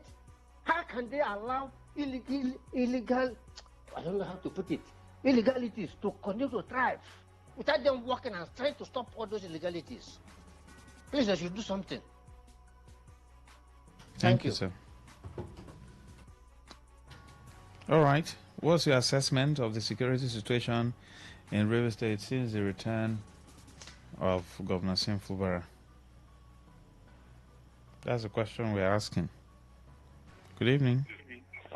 Hello, good evening. Go ahead. Yeah, this is Simama, calling from Beijing, River State. You see, in my own assessment, Governor Sim has failed in terms of security. He has failed. You see, you cannot talk about security without employment, without engaging the youth. We are talking about security, every security. Nothing. Employ the youth first. Engage the community for something doing. Engage them first before you talk about security. Every time security. Every day security. For you to security. No, he has failed. Not only 2 years. Every day security. He has failed in terms of security aspect. He has failed. He's not doing anything. I don't know if our governor is in coma. I don't understand. He should wake up from his slumber. Engage the youth of River State. Let us have something to at least the insecurity must be limited. I don't understand. You should wake up from his slumber. Employ the youth, let them have it, or empowerment, or skill acquisition. Let them have something to do. Some of the schools has totally dilapidated. He's there in office. I don't know what he's doing. Embezzling our money for nothing sake.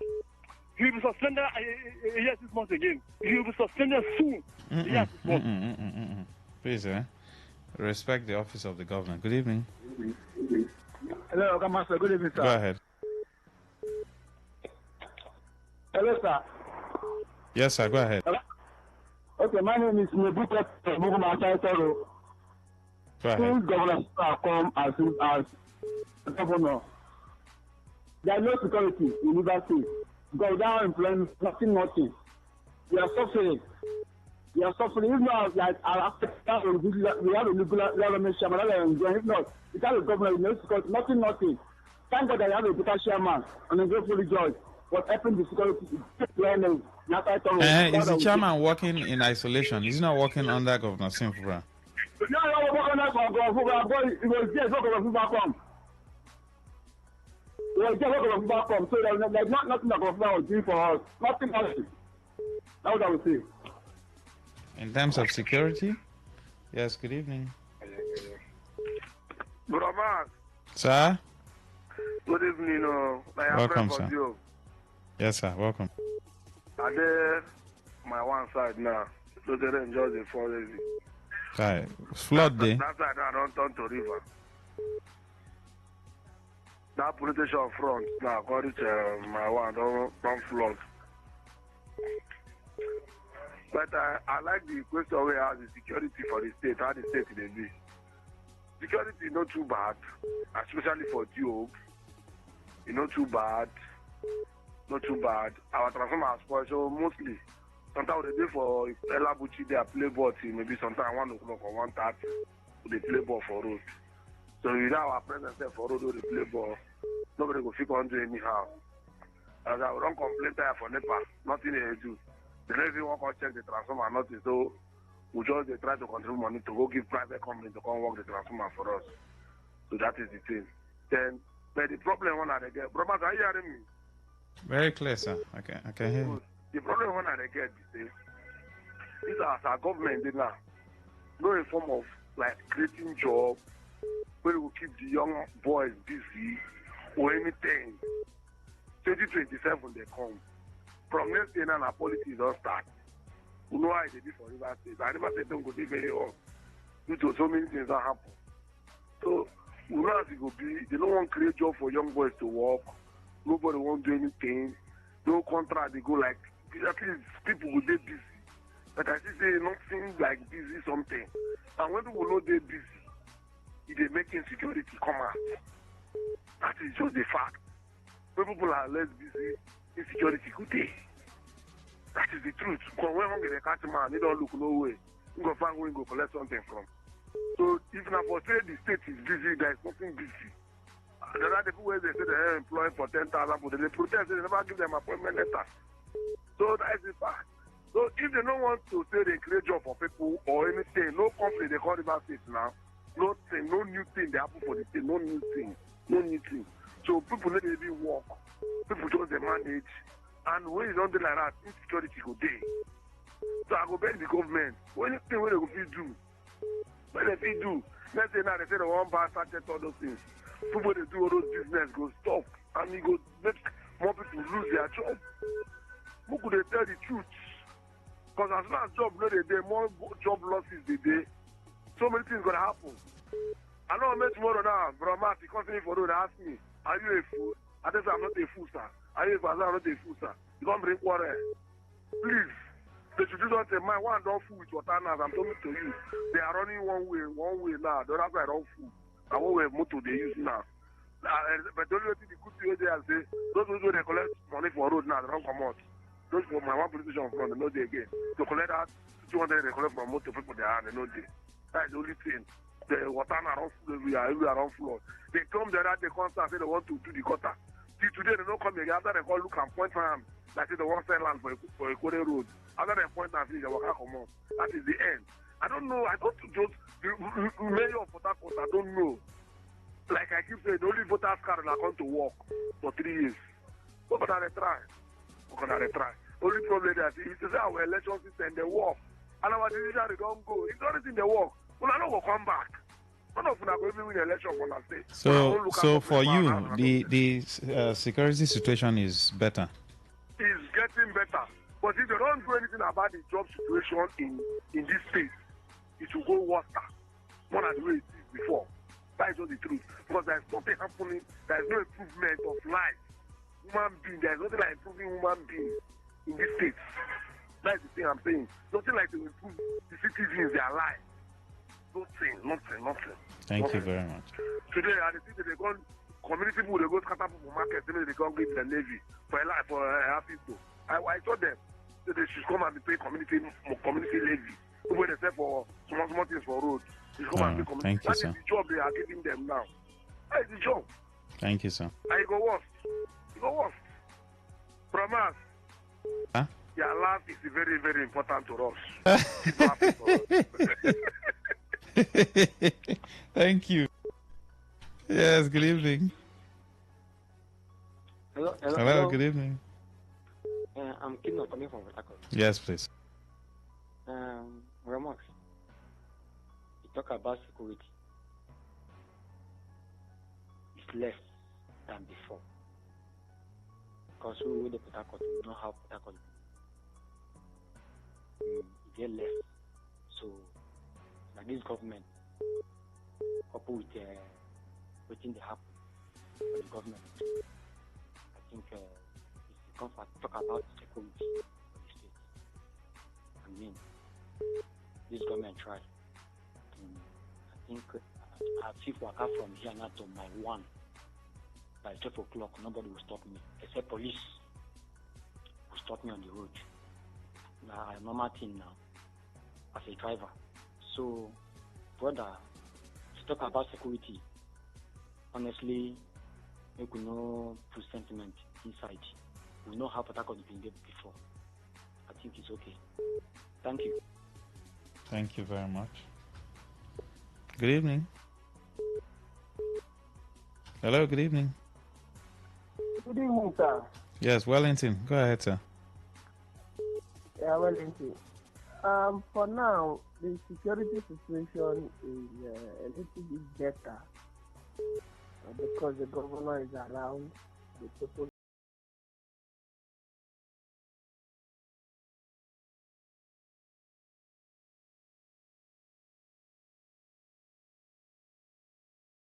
of vandalism of government property between the flyovers and some street lights is getting alarming. And I think it must have been bridged in those rural areas.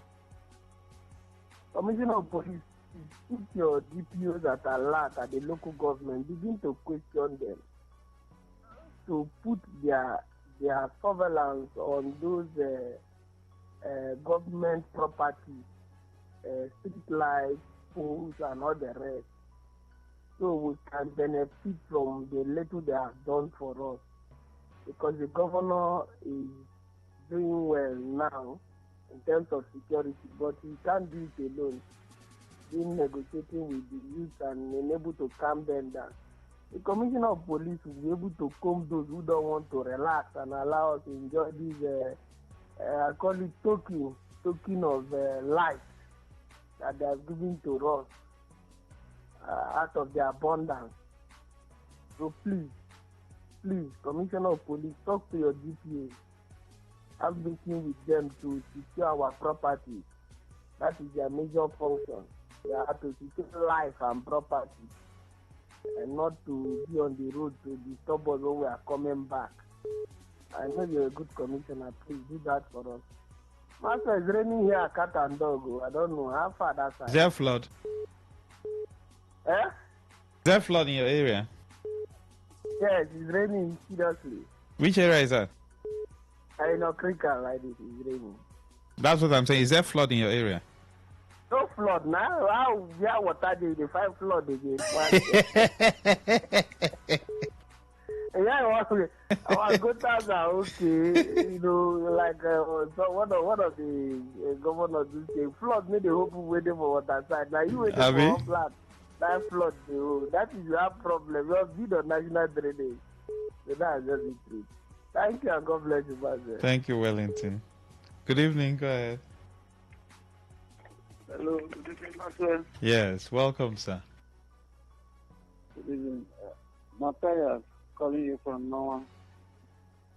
Yes, sir. Go ahead. Okay.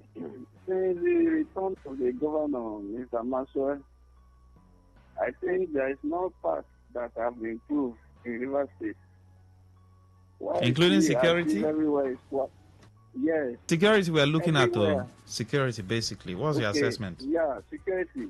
But the assessment of security in River State in the return of the governor, I think the state is a little bit calm, and we can sleep with our two eyes closed in terms of security. They are trying their best for now. But when it comes to human beings, for us to live life the way it's supposed to be, I think the governor have not tried on that part. The whole state is the number of hunger in the state, no job, nothing. The way River people were rejoicing that coming of this governor is coming to shake the street and to make everywhere. Boy, according to my people in the village, they say port the boy. That was what they were expecting, that the port of River State will boy. But since the returning of the governor, Mr. Maxwell, the level of hunger in this state is making some birds to go out of hand. You can imagine Maxwell telling me as you please, fool me. If I'm driving on a bad road and I have an emergency call coming to my phone, and I'm close to the bus stop, don't I have the right to park in the bus stop and take my call? Hello? Hello? Right, you have the right. Okay, thank you. Before yesterday, Mr. Maxwell, I was coming from home.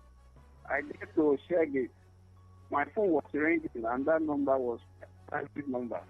I decided to park at Shergate to take the call. As I was taking the call, I parked my car was undressed. My glass at the two-door side was a little bit down. As I'm telling you, two men, one polo, red and yellow, blue polo, just come on my window, trying to force their hand into the vehicle. Mr. Maxwell, as I'm talking to you, I grabbed one of their hands. I grabbed the young man's hand and moved the vehicle. The way the whole thing was annoying me, because I feel I should see somebody because the thing is becoming excess in this state. We have been complaining about transport in this state. The governor is not talking anything. People have complained about how people cannot drive at a river zone. I cannot drive vehicle out of my yard to go and see my close friends. When you see some cars on the road harassing the indigenous of the state, taking bus, stealing money from people in this state, and the government have not said anything about that. Okay, why is it that our government always waits till when something happens before they can sit up? What is their problem? Giving priority for people that the water have chased away from their home. They cannot find the cause of that, the root of the problem. Because they want to get money from everything, and why the people are suffering from this. Mr. Maxwell, I think the governor should see how it can address some issues in this state, because we, the sons of River State, we can't take this any longer. Because what I'm calling is that one day this task force in River State will end. Thank you. Thank you very much. What's your assessment of the security situation in River State? Please join the conversation. Since Governor Sim came back from suspension, how would you describe the security situation? Do you still have pickpockets, robbery cases, bag snatching, phone snatching, car theft, kidnapping, and the likes? What is security like in River State as we speak? Since, Governor Singh came back as a few weeks ago. Yeah.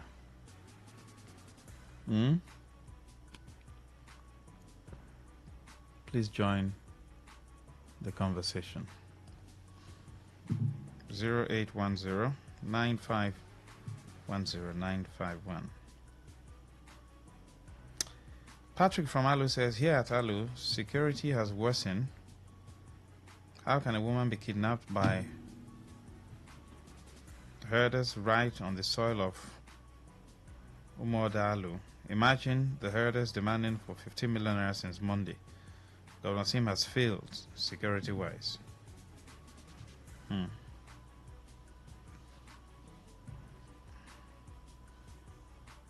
Olo Prapra says, Mr. Max, no job, bad boys are everywhere. Okay.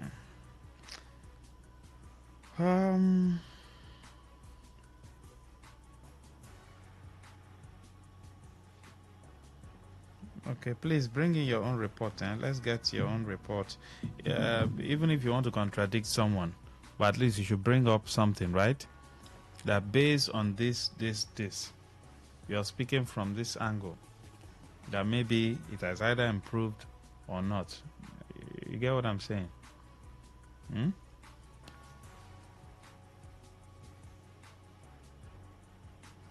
0810 9510 951.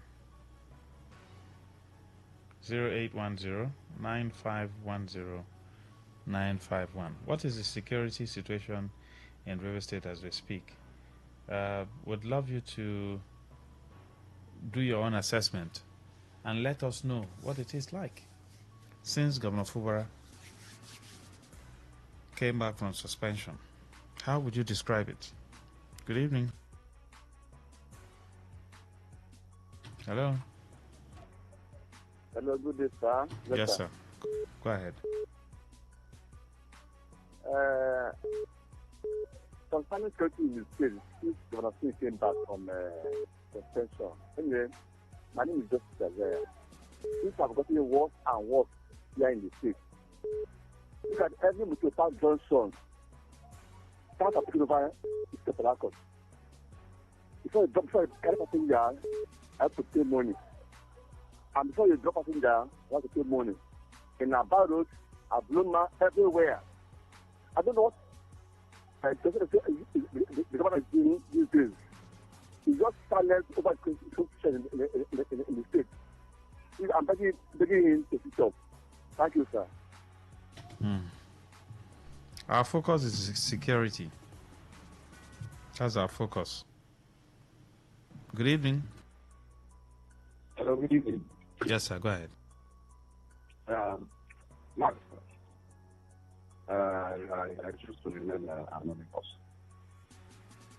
I don't know how to objective.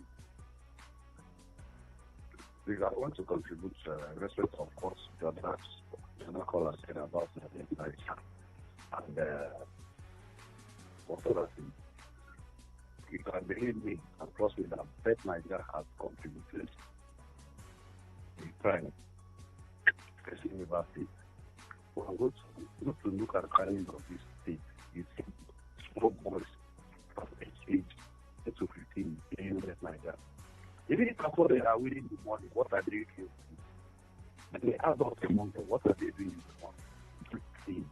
Every now and then, you see them, somebody will finish school, branch in bed like that office, uniform. Then, for us to stop, to curb this issue of crime in River State, one, there is, then when I came to Port Harcourt, there is a Marie, which was working. Governor can still employ boys. Tell them that the money they generate for what they pay them is not going. Their salary or wages is not going to come from government pocket. It's what they generate that we use to pay them. You employ them. Then the issue of road. Let me conclude with the issue of road.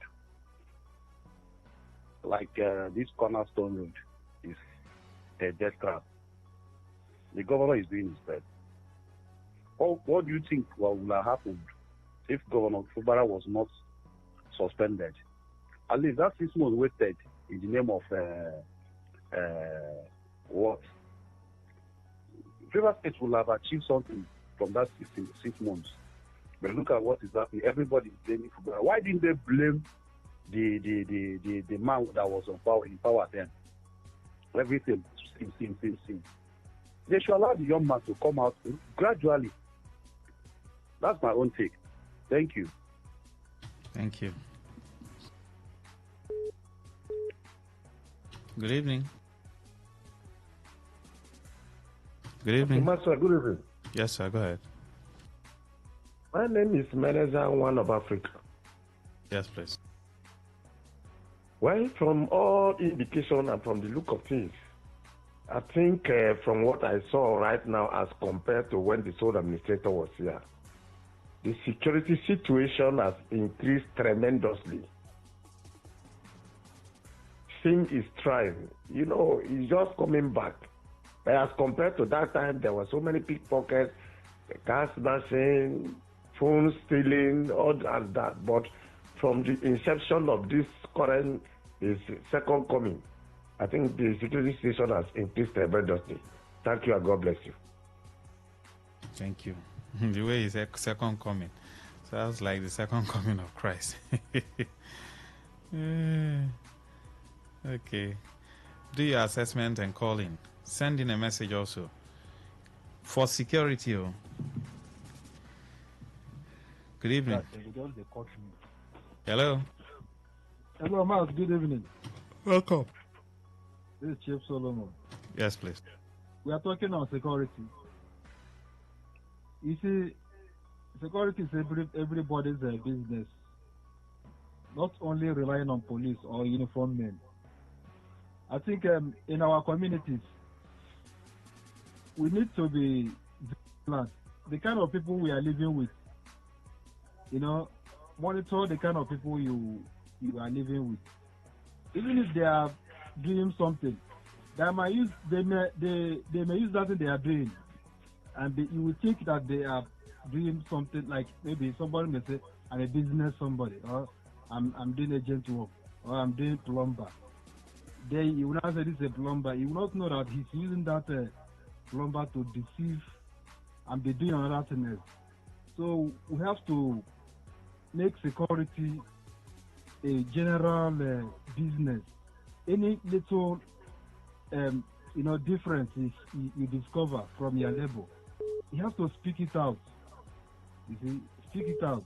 And another thing, to support the national security, like as I usually say about this grassroots security, you see, in any way, like this NFSS, I think that one is recognized security to be used as a grassroots security.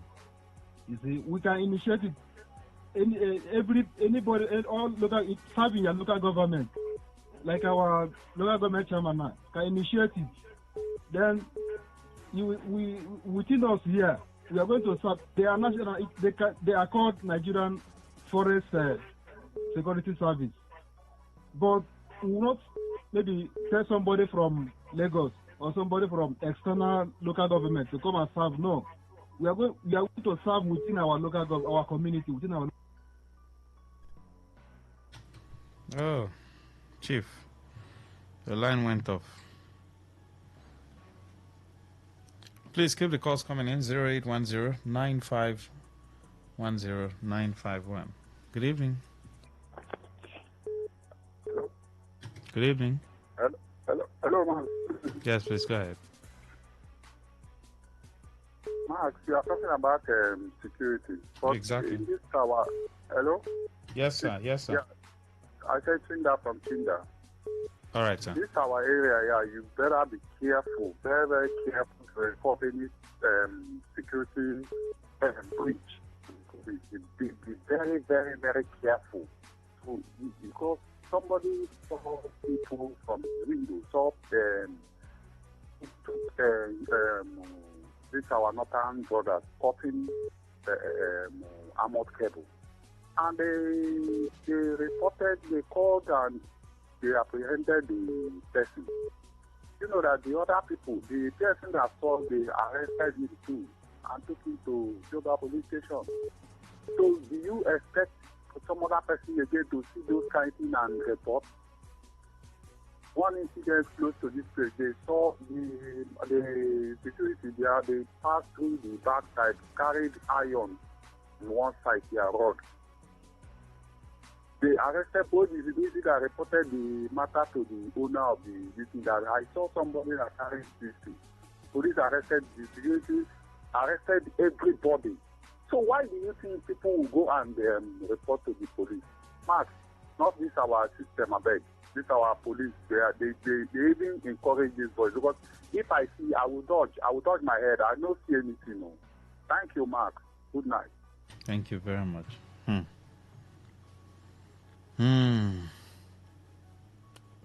Ah, wow. Did you hear that? Good evening. Good evening. Yes, please. This is Mr. I. All right. I think for Sen, I will score him 85% for security. But Sen is not it's like there's a parallel government. Part of it is from the federal level. Those are coming from the federal level, like the police is teaching our youth how to steal. Because How can you say the police is teaching the youth how to steal? Those criminal elements in the state. That's what I'm saying. How can you say the police is teaching the youth to steal? They're supposed not to collect. They say if police can collect money at every junction, everything, then who are they? People from the federal are corrupting our state. People from the federal are corrupting our state. Let the police seize from that so that we can get a security free of every sector. Thank you. Thank you. Good evening. Hello, Maxwell. Good evening. Go ahead, sir. My name is Nokmugi. I'm calling from Port Harcourt. See, my own observation is about security situation now. It's more better than that time that Ibas was ruling, because they were doing it that the state should look as if there's no security. Those who make them declare state of emergency, that was pushing hand. They were gunshots in Lechi, in Naka, different areas in Jupe. Right now, we are not experiencing anything like that. But the stouts, Aburu, they look like fly. They want to enter eye and collect something that is in your mouth. So let the governor help us. Thank you. Thank you very much. Good evening. Hello, Mark. Yes, Chief. Yes, let me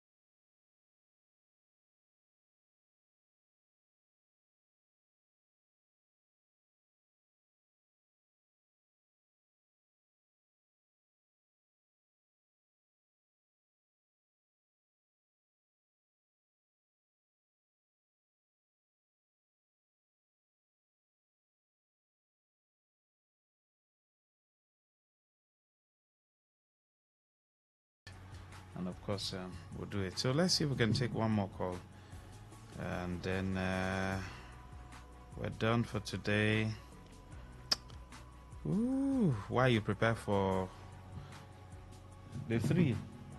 But congratulations to the Super Eagles of Nigeria for making us happy tonight. Good evening. Hello, Mark. Good evening. Go ahead. The security situation has improved drastically. But something happened yesterday at my tree, around 8 o'clock, where everybody was dragging motor. And one lady was there trying to enter motor. Somebody just opened her bag and removed her phone. As soon as she just entered, she discovered that her phone is not there.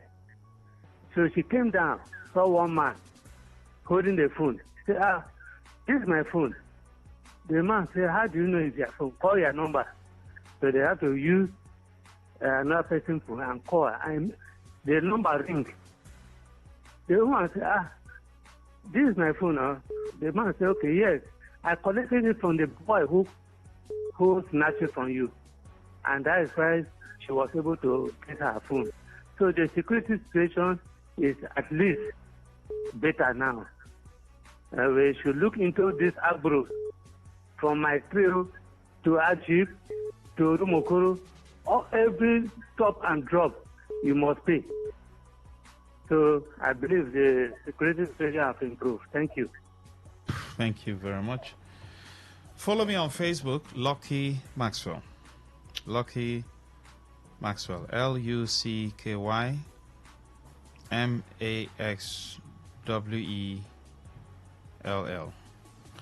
And then on X, formerly Twitter, at LuckyMax234. On Instagram,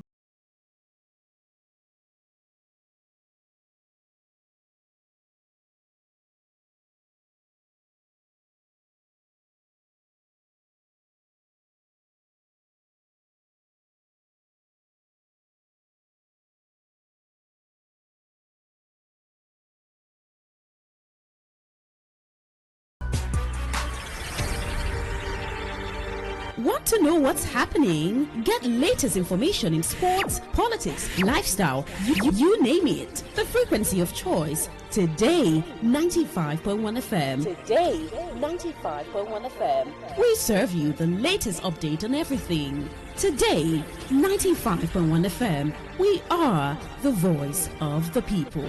The voice of the people.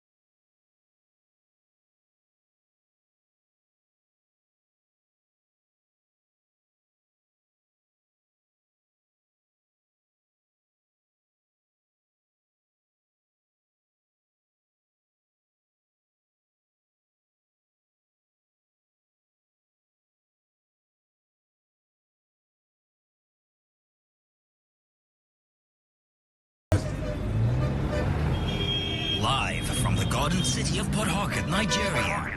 This is Today 95.1 FM.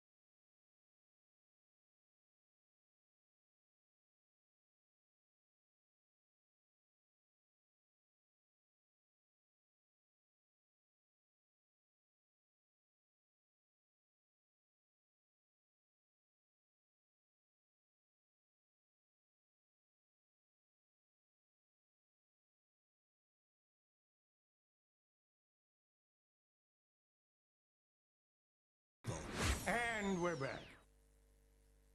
Get ready to feel the rhythm, the groove, and the true vibes of Africa. This is not just music. This is high life. From the legends to the latest, we're bringing you the best of palm wine grooves, jazzy horns, and soul-stirring melodies.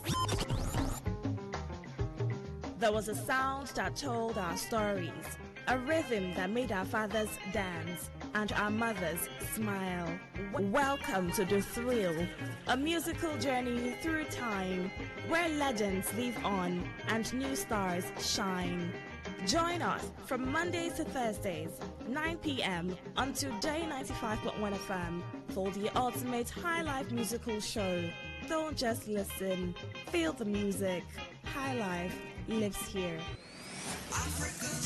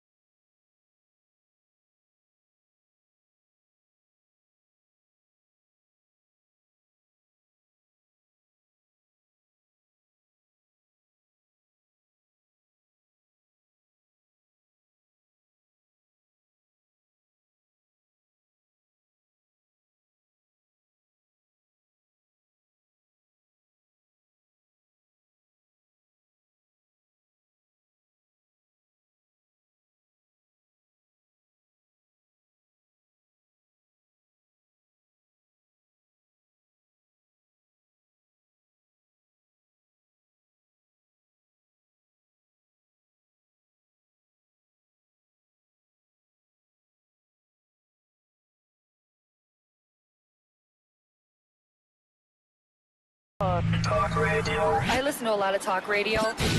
95.1 FM.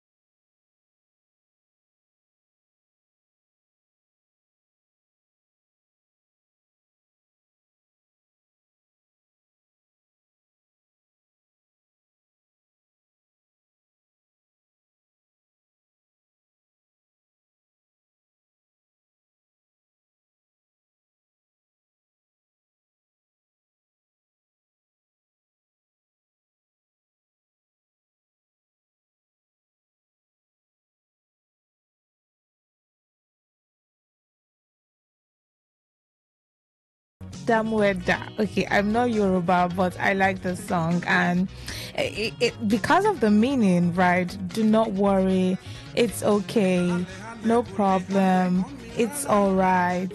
You know, it's an encouraging word. The words are like encouraging you and I that, don't worry. I am Asikolon Damweda. Okay, yes.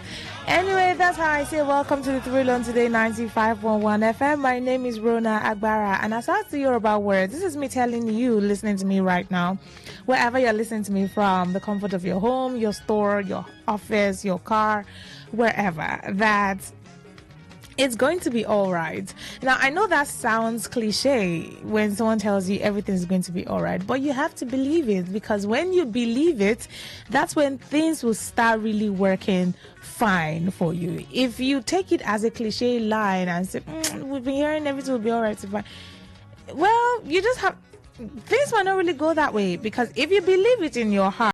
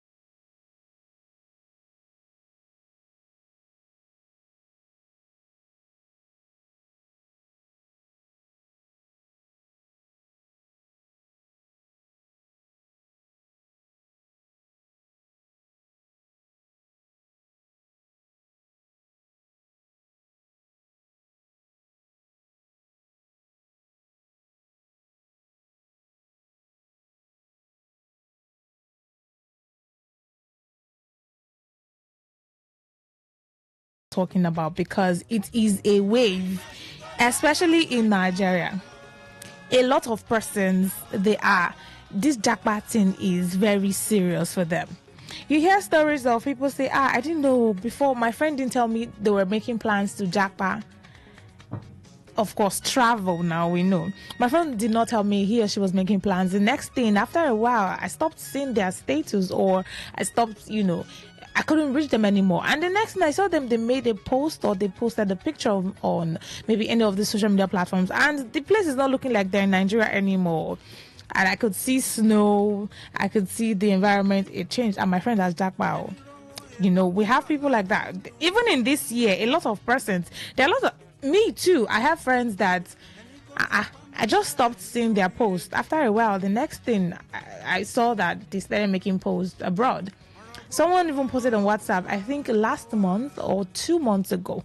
I had no idea this person had traveled until I saw the post, and I said, so you have run away, you have left us in this Nigeria like this. So is that how you do your own thing? And the person like, well, the normal talk do you do.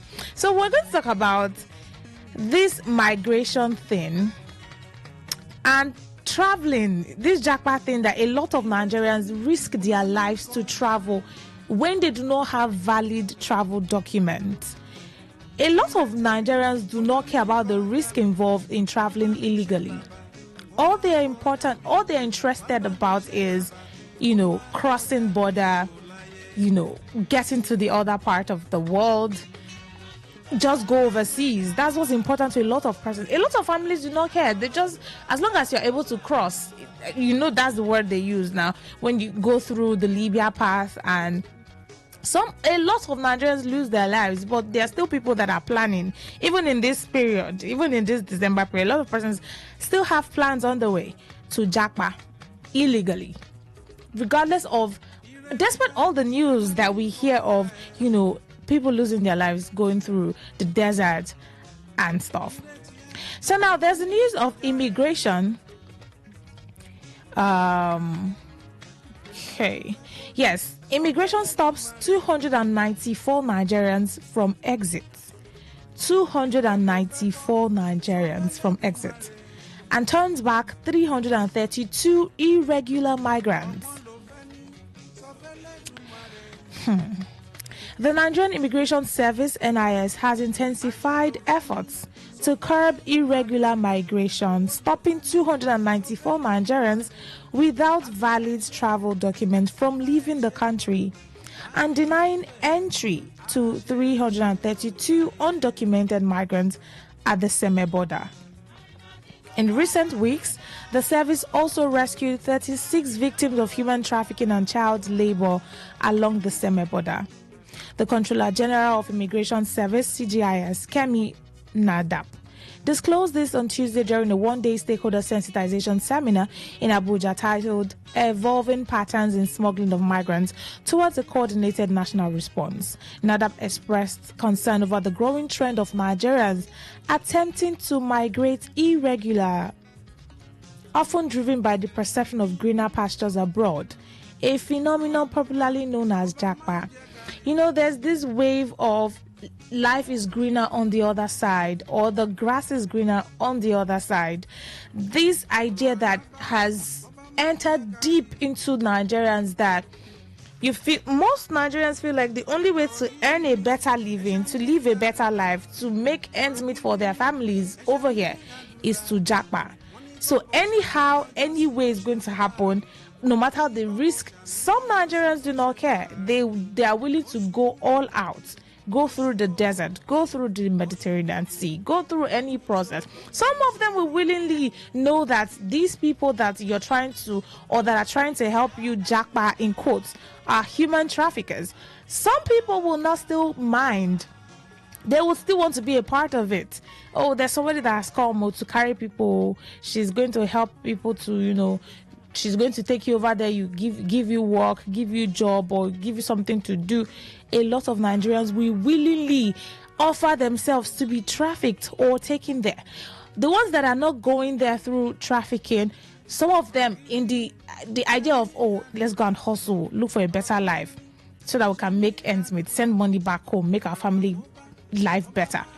they would not mind to go through desert, to go through any way to cross over to the other side so that they can finally say, oh, I've crossed the border and I am in a better place for greener pastures. It's a question of, as much as we hear reports and news of Nigerians, because that's what we're focusing on, losing their lives, on the sea, losing their lives in the desert. Some of them don't even get to cross. Some of them, they starve on the way and they die. Some of them, maybe they are dehydrated because of the long distance they had to walk and they could not make it. We hear these reports, we hear this news every now and then, but there are still Nigerians that are still going. They're still preparing, making plans to travel to Japa illegally without travel documents, without valid travel documents. It's a disheartening thing, because have we gotten to that point where people no longer value human life? They just want to get a better life, no matter the risk, any which way. Now, for some persons. Now, it's very disheartening when you see young people risking their lives because they feel the grass is greener on the other side, according to Nadab lamented. She noted that migrant smuggling has become more complex and transnational, fueled by highly organized criminal networks. The Controller General explained that the NIS, in collaboration with local and international partners, has adopted a multi-dimensional approach to tackle the menace, including strengthening legal institutional frameworks, expanding public awareness campaigns, amongst others. According to NADAP, over 5,707 National Youth Corps members have been sensitized on the dangers of irregular migration this year.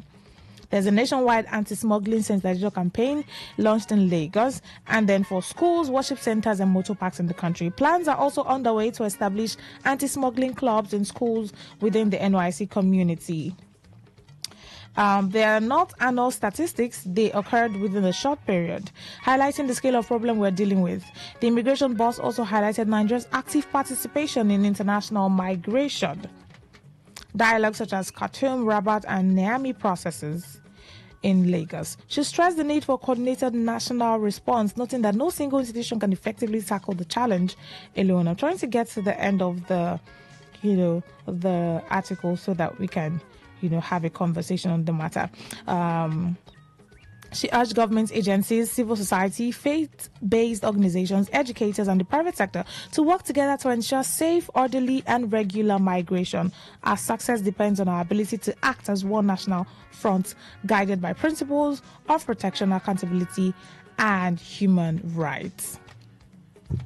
Now, this report or this news of NIS,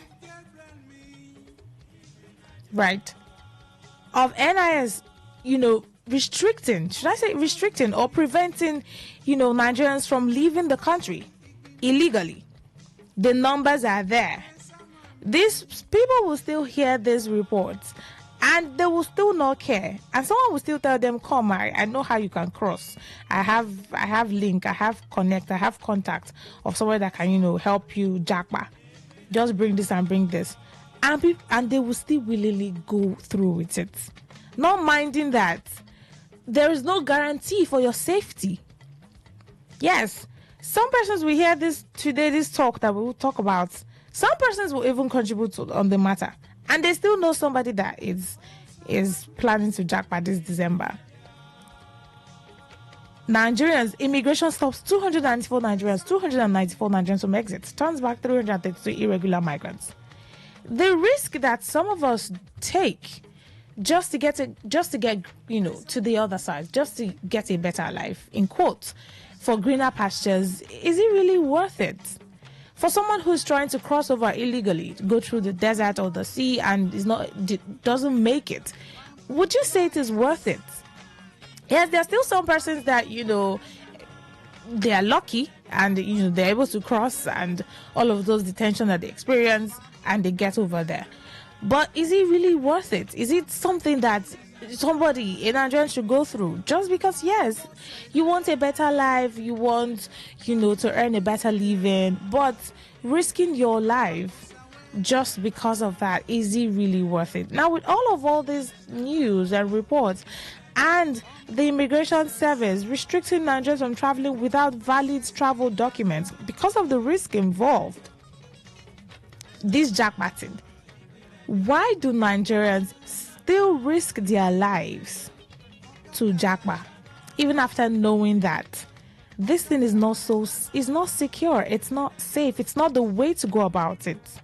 Even with all this intense effort by Nigerian Immigration Service to curb irregular migration, to prevent Nigerians without valid travel documents from leaving the country, you still see a lot of Nigerians making plans to jackpot illegally. Just as I'm talking now, some persons are still making plans that this December they are going to, go through Libya and some other pathways.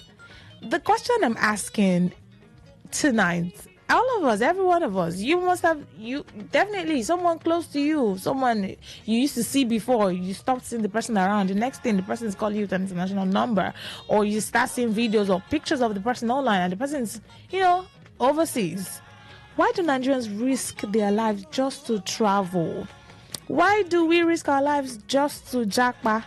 That is the question on the thrill tonight. I'll open the phone lines pretty soon, but that's after I go on the song break. And yes, when I come back from that song break, I'm going to open the phone lines.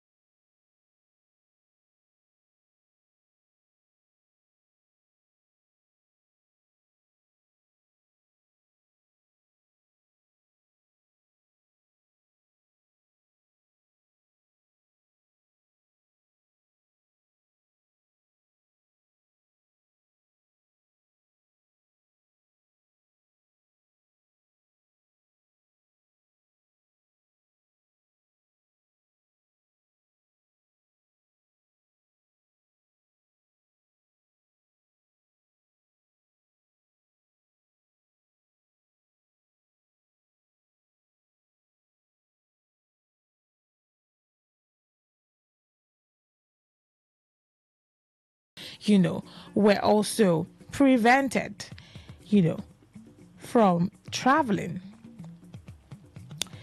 Undocumented migrants at Seme border, and then 294 Nigerians from traveling without valid travel documents, from leaving the country. They were denied, that exit. The question I'm asking is, this jackpot thing is a thing with us. A lot of persons are like, oh, greener pastures, travel overseas, have a better life, start sending money home, provide for a family, build a house. There are a long list of things a lot of persons have as their reasons to want to jackpot, whether legal or illegal. A lot of persons do not care. Some persons say, as long as I cross, whether it's road or land or sea, or as long as I can cross over, that's all that matters to me. So the question I'm asking is, why do Nigerians risk their life knowing fully well the dangers involved in traveling illegally, trying to cross illegally, illegal and irregular migration? Why do Nigerians still risk their lives to jackpot? And as I'm saying this, a lot of persons, even in this December, they've been planning for quite some time now, and they're just waiting for it to click so that they will move, go through the desert, Libya, cross the sea, anyhow they're going to do it. A lot of persons do not care. They just want to go. So that's what I'm asking, why do Nigerians... Okay, there's this song now that I wanted to play, but I think I'll just still play it. Why do Nigerians risk their life trying to, jackpot? 0810-951-0951. That is the number to call to join in on the conversation. Okay, I have a call already. Right. Hello, good evening. Yeah, good evening. Yes, please. This is Honorable Chris Okrish. All right, go ahead. Before I drop, I will still give you one assignment tomorrow. Let it be joke that you crack joke tonight. Just make a small announcement. Small Ghana, free. Come out at Larry. Come out my one pack. I am telling you, even your neighbor that you didn't even expect that will leave We'll this be country. there before morning, before daybreak. People will look for their children. See, you know what it means? Like by this time now, at times, you see what is going on. One of my friends just japa. One of my friends japa. You know where I go? Where? Congo. Oh. Congo. See, I am telling you, nobody should try it though. Those people or EFCC or who that stop those people, they are enemies of progress. So they're trying to protect them from risking their lives to go die on the sea or in the desert. Say, which kind of risking your life that in a day in Nigeria you can't get one if you manage make 1,000 or 1,500. Are you aware that the plate of food in Nigeria now, the higher denomination in Nigeria is 1,000? So you feel that it's worth the risk as long as if you go there is no how somebody that is washing plates in what are persons that don't get to cross? They don't even make it to the other side. You take the risk and join the millionaire. All right. So to me, they are enemies of progress. So they should not stop illegal migration. That want to travel. Look at here now. What is going on here? Mosquito everywhere. Alright, got your thoughts already. 0810-951-0951. The question is, why do Nigerians risk their lives trying to jackpot? Even knowing the risk involved, illegal travel, you go through the desert and the sea. Hello, good evening. Yes, good evening to you. Yeah, how are you doing this evening? I'm very well, thank you. This is Kingsley calling in from Obogro. All right, go ahead, please. Oh, my dear sister, sometimes when you begin to hear all of these things, you just get tired of this lovely country. The level of hardship in this country is alarming. It's that bad that, just like the first caller said, if you just do small announcement, you will be marveled. The kind of people that will just turn up, like it will be as if there are war in this country. So it's high time our Nigerian government wake up to do the needful to make things work better. All right. Just if you can remember some few years back, Ghana here, if somebody even tell you that it's in Ghana, say you'll be like, is this person serious at all? But today, sir, Ghana is doing very good. Okay, look at the level of the kind of insecurity that we are facing in this country. That people are being killed as if they are killing chickens. All right. You understand? So who would want to stay in that such place where their life is not being protected and all of that serious hardship? You know, they should wake up. It's even a call to the government to wake up to do the needful. All right, thank you for your thoughts. It's not a All right. Got your thoughts already? Thank you. 0810-951-0951 is the number to call to join in the conversation. Let's talk. Let's have a rapport. Why do Nigerians risk their lives to Jackpa? Yes, for a greener pasture, the idea of the grass is greener on the other side. But knowing the risk involved traveling illegally, why do they still do it? Hello, good evening. Yes, please. Hello? Hello? Okay. Yes, I can hear you. Go ahead. Can you speak up? All right, please speak up a bit. Your voice is really low. My name is Jessica, calling from South. All right, go ahead. I don't want to talk much. Okay. As we are asking of why is there our Nigerians are traveling, taking their risk, we also ask why can't our leaders keep Nigeria so that Nigerians will be taking risk, moving around. Imagine Ghana here, Congo, Nigerians are moving Congo, country that Nigerians are better than by far. So as we ask all those people, we also ask why can't our leaders do the right thing so that Nigeria will not be migrating to all those countries? Nigeria don't have problem. Our problem is start with leadership. All right. So if we can fix leadership, Nigeria will be good. Thank you. All right, thank you. Hello, good evening. Yes, good evening. Hello? Yeah, speak up a bit. Yes, I can hear you. Go ahead. Alright. My name is Honorable Desire. I am calling from town. Hope you understand English.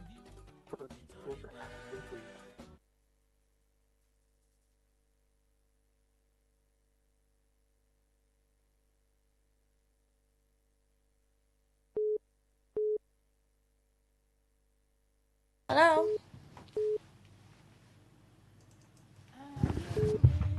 Hello? Hello, good evening. Good evening. Yes, please. This is Akodichi. All right. From Rumomo. All right, go ahead. Do you know that the energy which me am wasting in Nigeria, the energy I'm wasting in a year as a youthful guy, in a year in Nigeria, if I use that energy aside from Nigeria, in 3 months' time, I will be a billionaire. Is it that easy? Is it that easy to... It's frustrating the youth. This country is frustrating humanity. You don't know where you start. You will work and make money. You will not know where the money is going to. Because the policy and who our leader positioned. Thank you very much. All right. Got your thoughts. Thank you. Hello? Hello? All right, if you're having difficulties calling, please try to redial 0810-951-0951. That is the number to call to join in on the conversation. Let's talk. I'm sure that you know someone that has jackpot this year already, whether recently or early this year. I know someone that 2 months ago, I used to see the person's status, Well, I just realized that I stopped seeing the person's status, and recently the person just posted the picture. Hello, good evening. Yes, can you hear me now? Yes, I can. Go ahead, please. Alright. My name from Lord Desire Baridaka. All right. I am calling from Samba. Okay. Hope you understand people so that is what I am going to. If Can what? you hear me? If what? Can you hear me now?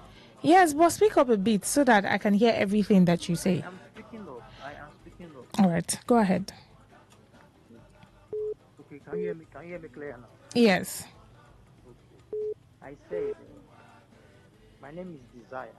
All right. Dakar. I am calling from Samba. Okay. And I hope you understand Pidgin English. Yes, by all means, go ahead. See, today na Tuesday. Okay, today na Thursday. You see on Monday, me and one of my guys, I just come back from office. So me and them they talk about Nigeria match today. Yeah. My dear sister, now yesterday I see one foreign number, so boy don't move. Baba no tell me say one move since. Somebody that you were with yesterday. No. Oh, okay. On Monday, Oh, when okay. we come back from work, we were talking about Nigeria match. We were going to watch Nigeria match together. Yeah. At Helena Eben or Techoba. I say, okay, we are going to be there. But I just called me yesterday with a foreign number. I say, make a no vex. See you. In Don Jackpa. And you tell me. Hey. Like, my dear sister, I wish the naira they enough. Or maybe the 1,000 naira where we get fee, at least buy something or buy a plate of food. Where we go run now? But if our money no dey fit buy and we dey work, you know easy. You go work with your stress. Just imagine transport. You go tell me say me at a day you would pay more than 2,000 or 3,000 for just transport. Say no one use cab. How much will we get for a month? All How right. much will they want collect for small minimum wage? More the guy, you know, go understand my idea. We got it's not that there is better than here, but just that their money is valuable. All right. Now, Got your they thoughts. carry also, we don't actually feel blame. Anybody who want fiam, I support them. But for me, I go there here, it go better. I'm not going anywhere. Amen. Yeah. Amen. All right. Thank you. Hello. Good evening. Yeah, good evening. Yes, please. I just called my friend now that just jackpot to Burkina Faso. He said that since getting to 5 months, his leg touched for Burkina Faso. They never collect their light even one day. John, then tell me we like light. Forget about food. Just give me 24 hours light. I no go bother you. You hear? I hear say, hey, you get where light the west so when me and you say I no go. For since over 5. Which part of Nigeria can you see that 24 hours light? But now the thing is, we're not saying no one should travel or go anywhere, but it should be legal. I mean, have the valid travel documents to travel. Don't risk your life because you want a better life, and then that's the issue. It's still our leader are making it hard for us. Let them make the policy open for everybody. Their children, how many of their children are in Nigeria? So my own prayer, my own children to remain in Nigeria, while their own children are there. All right. They are telling me, cool down, it go better. Why they know they tell their children it go better? All right, got your thoughts. Okay. May they not try them. The enemy of progress. Now them be those people will not allow those people to travel. All right. 0810951091. Hello, good evening.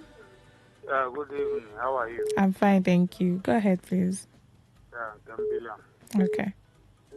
I've listened to you very, very attentively. I don't think there's anyone that will answer the question you asked. It's not about travel. Nobody says you should not travel. Yeah. Like you rightly remind them. Why can't you find money if you must travel?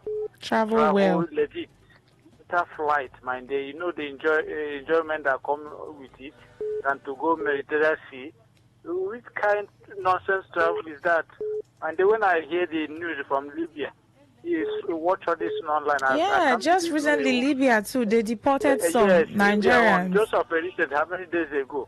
Deported Nigerians. Thousands of people in balloon going to do what? For God's sake, Okay, why can't you stay here and manage yourself? You will not die hungry. No condition is permanent. If you don't have money, please, let me land. We should not blame government for everything. If you don't have money to travel, my dear, remain here. We are still richer than the other Africa country. Yes, don't be lazy. Not everything will blame government. Why would you take risk, for God's sake? All right. What are you going to do there if you cannot have the flight with your e-ticket to travel? What is the meaning of that? All right, got your thoughts already. Thank you. Thank you. Hello, good evening. Yeah, good evening. Good evening. This Go is ahead, Good please. Luck. All right, go ahead. I'm good luck by name, calling from my brother. Okay. Talking about Libya, I was once a victim. Okay. I was in Libya year 2000 to the year 2005. I know what I passed through. They use sweet mouth to deceive us in Lagos. When you get to Libya, you will use just 30 minutes in flying boat easily. Yeah. But for us to get to Kano, from Kano down to Niger, from Niger into Sahara Desert, to Agadez, then from Agadez down to where they call Turuku, from there to Algeria, it took me almost 3 months. Wow. It's hard labor. Whatever you have, they will collect. Then you getting into the country, they will make sure they suffer you. After everything, they give you 3 dinars a daily work. But when you are planning, they will say when you get there, you will see dollars. You will see help. That's the idea. They'll make you feel like, oh, as you get there, greener pastures, your labor will just start bringing money. There is no place like Nigeria. I'm telling you out of experience. I speak their language. From there, I travel down to almost all the North African countries. Out of frustration is what makes our people to go into that lampa.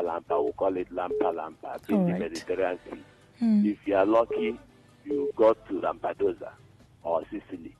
But if you are not lucky, wave caught you people. That is when the accident will occur. We are losing many lives. And we need to know that out of 100 Nigerians that travel out through that way, how many make it in a year? People will continue to deceive us. Go there, we see a greener pasture.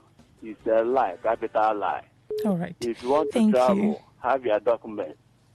Let government know so that when you get there, they will help you to get you a good job. All right. Thank you so much for sharing your experience. Thank you. That is my own advice. Mostly our women, they suffer a lot. When they get there, they turn sex machine. Yeah, there's that. Human trafficking issues is also a problem. All right, thank you so much for sharing your thoughts. Thank you. Turn to nanny. That they will use them as nanny while they are there into prostitution. That's really sad. All right. Thank you so much for sharing your experience. Thank you so much. Hello, good evening. Hello. Hello, good evening, my sister. Yes, good evening to you. Yeah, my name is George. I'm calling from Oregon. All right, go ahead, please. You see, this is travel. Everybody wants to travel, What is pushing them in Nigeria? Is Nigeria not better than those other African countries? Not that one to travel is bad, but have a legal document that says it's a country where you can relax and go to school and do some other things you want to do. Most of them are going there just for prostitute. Most of them are going there to do one thing or the other, and at the end of the day, they will die in the Mediterranean Sea. A lot of them that have gone out has not even come back alive. Even in Israel, a lot of them are dying. So they don't know what we are getting in Nigeria. Yes, true, we have a bad leader, but we'll pray that one day God will tell them our leader will begin to do something that is right. This is our country. That's not just like Homo. If you go there, the taxes and others, and they will bill you. You can't even survive it. What about traveling? What are they traveling to? Nigeria is more better than all these African countries. Thank you. Thank you so much. All right, thank you. Thank you for your contribution. Hello, good evening. Hello, good evening. Hello, good evening. Yes, good evening to you. Yeah, my name is Alex. I'm calling from Port All right, go ahead. Yeah, see, what the program you are just saying now, like almost 3 callers that called. I'm in support of them. You see, to travel abroad to Japa is very nice. But you have to Japa in a good manner. Not for you following through desert. Somebody called now, he was just saying about the way Nigeria is bad, the way politician is doing this, the way politician is doing that. Is that will make you to go and kill yourself in Nigeria? It's better you go in a normal way. All my family that are in UK, America, but they pass through normal way. Yeah. And they are okay in life. That's the normal thing. That's the meaning of Japa. Japa in Yoruba land means people that go through normal way, not the people that went through desert, that is dying every day. I didn't support it. It's very, very wrong thing. For Nigeria is good. If you can walk, many people that are going through this desert, ask them, what is their handwork? Most of them are going to Europe. Most of them get to Europe. But ask them, what are they doing in Europe? Did they have handwork? Did they have anything doing in Nigeria before going? All right. Please, Nigeria is good. Nigeria is better. Nigeria is going to be good. All Let's support Nigeria government. And let's Nigeria do the needful. What we're supposed to do, let's do it also. Not government. Everything is not government.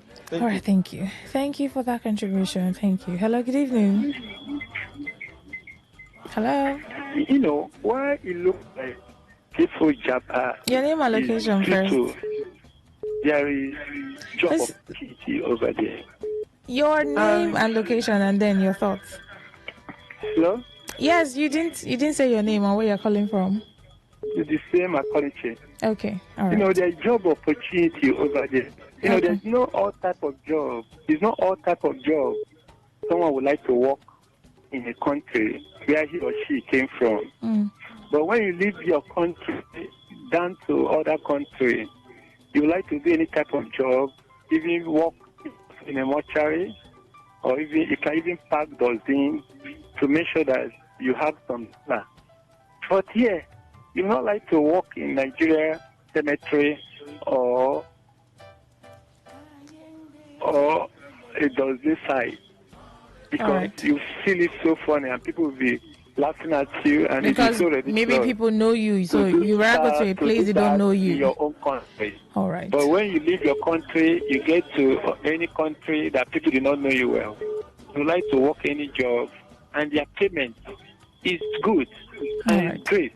All right, and that is what our leader wants now. They want us to be driving out so that we will be dying on the road. Okay. Hello, good evening. Hello, good evening, Ronald. Good evening to you. Hi. I'm Matthias calling you from Noah. All right, go ahead. Yeah, one thing I have come to understand about Nigerian people is that they don't learn from what happened to the other person. You know, Nigeria is a kind of country that when it comes to how to make it in life, you have to fear them. Because they know that this is what will happen, but they will just want to be among those. Imagine, tanker will fall. People will be using something to go and fetch fuel, and at the end of the day, you hear that the whole place catch fire. Then when it happens again, you will still see a Nigerian person trying to do the same thing. So, all right. Nigeria is the kind of people I fear them when it comes to make it. All right, thank you. Thank you. Hello, good evening. 08109510951. Why do we, why do a lot of persons take the risk of traveling illegally, even when they know that, it's a 50-50 chance? Some days ago, I read the news of Libyan authorities deporting 80 Nigerian migrants, held in various detention areas. Detention centers. They held them in detention centers. 80 Nigerians in Libya. And we still hear, reports of, deportees. People still want to go ahead to migrate through means that are not really safe. So I'm asking the question, is it really worth it? Hello. Hello, good evening. Good evening. I'm calling from Port Harcourt, Rupoku. All right, go ahead, please. My name is Joseph. Okay. Okay, as you are saying, I've listened for you since from beginning. All right. In this country, Nigeria, our government has failed us a lot. Before, our naira was very okay, was even bigger than dollars. But now, we cannot use our naira and buy anything in this country again. Imagine young people that graduate. If you work, they will pay you 30,000, 40,000. What will you use it for? You will not even make it to buy anything in this country. If I thought they can make our currency to be valuable a little, it will help a lot of people. It will not allow them to be traveling illegally again. Like my younger brother now, he traveled 2 years ago. He has come back now from Cameroon. He just other Cameroon here. It has bought 3 plots of land. Now he's building his house. It has married a boy of 25 years. All right. So we don't really blame them. I'm blaming the situation of the Nigeria. Because like me, you work before in the end of the month you earn 40,000. What will 40,000 help you to do with? If you spend it now, it will not even help you to even contribute in anything. Your younger brother, they will call you. Your younger sister, they will call you. So don't even blame them because of the situation of the country. I know Nigeria is good. Nigeria is peaceful. I'm agree with that. But let our government help us for the currency. Thank you. All right. Thank you. Thank you for your contribution. One more call and then I wrap up the show. There's a message here. This one says, good evening to you, Lady Rona. I am Ebere of Jesus from Port Harcourt. Let the truth be told. The condition of the country have made some people to seek survival and better life abroad for family's sake. God help us all. This other one says, good evening, presenter, and how are you doing? I'm very fine, thank you. My name is Vincent Umuzi, texting from Chokochoiche. Unfortunately, some people are deviating from the topic of those who choose the path of foolhardiness ends up as corpses. There's nothing wrong with traveling, but it doesn't require risking their lives. Vincent Umuzi from Chokocho. All right, WhatsApp messages. Someone says, hi, I don't blame anybody that japa. Do you know why? And please, let me just ask you, do you know how much 1 Ghana cedis to Naira is right now? It would shock you to learn that 10K Ghana to Naira is over 1.2 million. And are you aware that Ghana is in top 5 safest countries in Africa with 24/7 light? I won't blame anybody from traveling, but shun Mediterranean Sea. Ghana is better to go chill out than to take such sea risk. Okay, I think I was able to make sense of the message. All right, I can't take any more calls. It's already 10. The world news comes up at 10. Thank you all so much for your contributions on the topic, on the matter. I appreciate it. And your messages and comments, I appreciate it. Let's do this next week again from Monday to Thursday, 9 p.m. on the through. Keep a date with me. My name is Rona Agbara. Thank you so much for listening.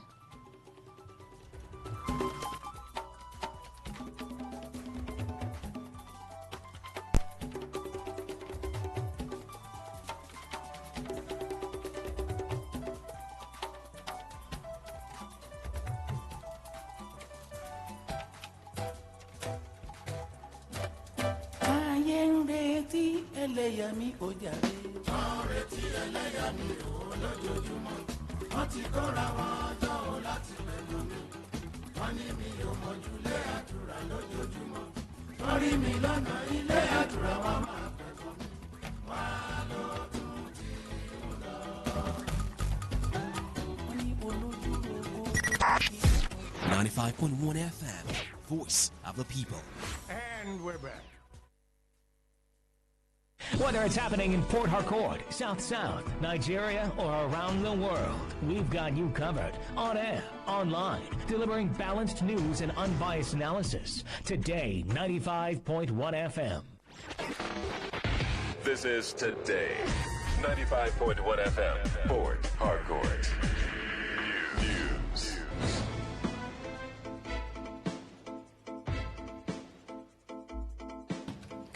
A very good evening to you. This is the World News on your premium talk radio, Today 95.1 FM Port Harcourt. I'm Rona Agbara. First, the headlines. People of Odufo in Eche local government area of Rivers State Decry dilapidated state of community secondary school. JAM conducts computer-based promotion exam for 6,000 federal civil servants. FCCPC sets January 5 deadline for full compliance by digital lending platforms.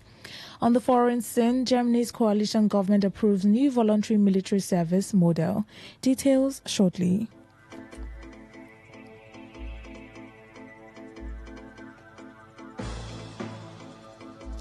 The people of Odufo in Eche local government area of River State have decried the dilapidated state of the community secondary school. The youth leader of the community, Gospower Echefu, who spoke to Today FM's correspondent, claimed the building has overgrown with grass and has become a dumping ground for cattle bearers. Echefu, while calling for urgent intervention of Governor Simnalai Fubara over the dilapidation of community secondary school Odufo, highlighted the lack of teachers, non-academic staff, desk and other basic learning materials, forcing students and staff to conduct lessons under trees due to the absence of a roof and doors. You can see the environment of the school have taken over by grass, and the school does not. They need more teachers. That's not. They need more teachers, right? And the classroom have. You can see the roof there. There is no sleep. There's no sleep found. So a lot of things have gone wrong in this school, right? So even the principal's office, we need renovation there. We needed chairs, desks. In fact, the security house, you can see the security house there over there. So there is no security. All these things that is something that we needed. And this school have existed over 40 years. Today, FM Uchendo Ejowo, who was in some parts of Eche, reported similar conditions of Amato Community Primary School in Amato Okehi II, Eche, which has caused members of the Oganihi community to donate a significant number of desks to the school. During the visit, Director General Chief Eze Okere and Group Project Chairman Nnamdi Nwogu expressed concern over the poor conditions, particularly the shortage of desk and teaching staff, and appealed for government intervention to improve the schools. The River State Police Command has arrested 8 suspected cultists accused of terrorizing the Diobu axis of Port Harcourt. The suspects are 48-year-old Dipreye Gogo Abite, 30-year-old Godfollow Monday, Ifeanyi Samson, 28-year-old Gift Emmanuel, Friday Godwin, Chukwuemeka Dike, 23-year-old Brown Otu, and 43-year-old Dieseyi Ukulu.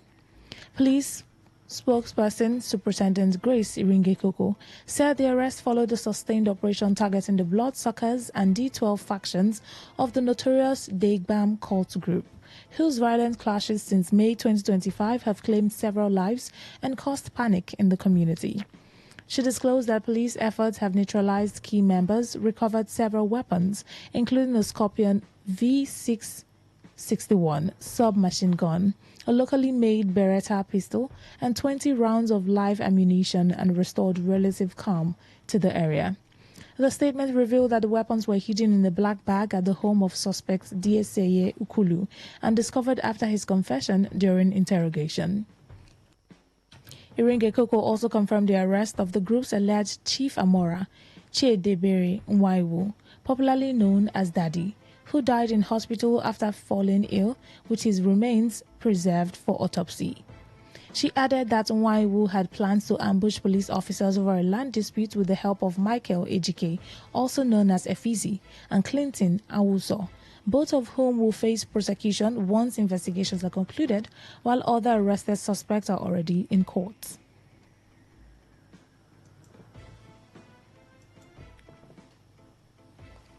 A River State Family Court sitting in Port Harcourt has fixed November 27, 2025 to rule on the bail application of one Kingsley Nana Obilo, who is standing trial for allegedly defiling his 3-year-old daughter. Nana Obilo pleaded not guilty to the one-count charge of defilement before his counsel J.U. Ugu applied for bail, citing his client's ill health and other humanitarian grounds. However, the Chief Prosecution Counsel from the River State Ministry of Justice, Precious Ordu, opposed the bail request, arguing that the nature of the offense and threats received by the complainant's family made granting bail unsafe. After listening to both sides, the presiding judge, Justice Ben Wite, adjourned the matter to November 27, 2025 for ruling on the bail application and continuation of the trial. The decision followed testimony from the accused wife, who is also the mother of the victim, alleging that her husband committed the offense. In an interview with Today FM, the director of the Good Samaritan Foundation for Social Welfare, Eseogene Aboze, said the organization intervenes to ensure the suspect's arrest and prosecution. Aboze, who also serves as a child and gender officer for civil society organizations in the state, called on the National Assembly to strengthen legislation on sexual offences while advocating for the inclusion of the death penalty in defilement and rape cases to serve as a deterrent to offenders. We are impressed with the process of trying the accused. Actually, she came to our office to report about defilement, and we follow all the processes, got the police involved, and he was arrested and was duly charged to court. So, but as at now, I will plead with the National Assembly to, as a matter of urgency, expedite the process of passing further bill for defilement, incest, and rape to ensure that it deter offenders, because as it stands now, it's like the life imprisonment and the punishment attached to rape, defilement, and incest is not enough deterrent for offenders.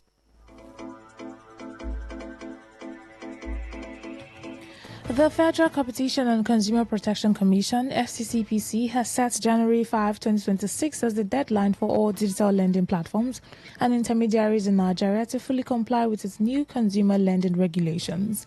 The directive aims to enforce fairness, transparency, and accountability across the country's rapidly growing digital lending market. Announced by the Commission's Director of Corporate Affairs, Ondaje Ijagu. The compliance timeline follows the introduction of the Digital Electronic Online and Non-Traditional Consumer Lending Regulations 2025, which took effect on July 21, 2025, under the Federal Competition and Consumer Protection Act 2018. To aid operators in meeting the new standards, the FCCPC has released accompanying guidelines outlining practical directions, required documentation, and updated Forms 1 and 3 based on stakeholders' feedback. Commenting on the deadline, FCCPC Executive Vice Chairman Tunji Bello stressed that full compliance is both a legal obligation and a critical step in protecting consumers. The regulations cover all lending platforms, service partners, and intermediaries, and follows years of consumer abuses in Nigeria's digital lending space, including exorbitant interest rates, harassment, privacy violations, and illegal access to customers' phone contacts by unlicensed operators. As of November 2025, 438 digital lending companies have received full approval from the FCCPC, marking a significant increase in licensed operators in Nigeria's fast-expanding online lending sector and signaling stronger consumer protections and regulatory oversight in the industry. The Joint Admission and Matriculation Board, JAM, has conducted a computer-based promotional examination for 6,000 Directorate cadre staff under the Federal Civil Service Commission, FCSC.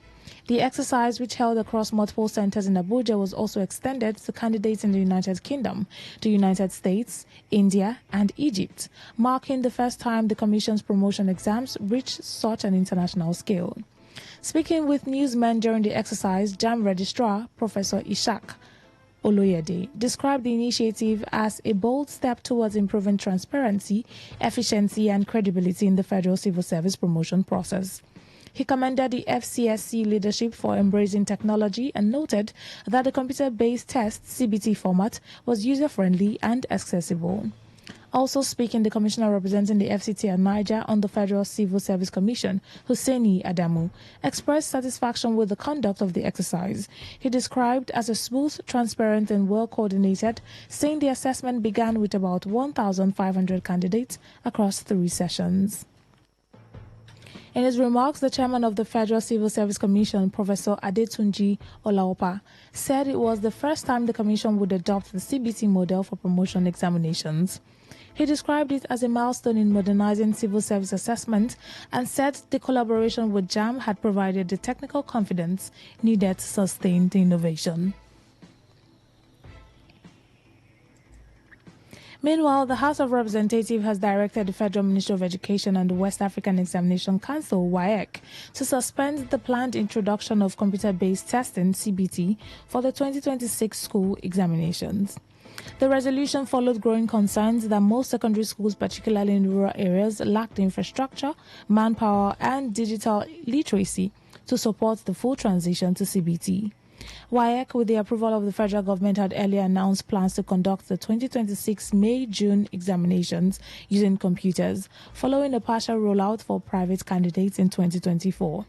However, adopting a motion of urgent public importance sponsored by Kelechi Wogu during plenary, the House urged the Education Ministry and state governments to begin preparations instead, including recruiting computer teachers, constructing ICT halls, providing internet access and standby power supply, and assessing school readiness ahead of a gradual implementation by 2030. Wogu, while leading the debate, warns that hasty adoption of CBT could lead to massive failure, depression, and other psychological impacts on students. Unlike JAM, he argued why candidates sit for at least 9 subjects, including theory and practicals, making a full digital transition complex and premature. The House therefore resolved that full implementation of CBT should be postponed until 2030, giving schools and examination bodies enough time to build capacity. It also mandated its committees on basic examination bodies, digital and information technology, basic education and services and labor, employment and productivity to engage stakeholders and report back within 4 weeks. You're listening to the World News on Today 95.1 FM, Voice of the People. After the break, more news, foreign and sports stories. Please stay with us.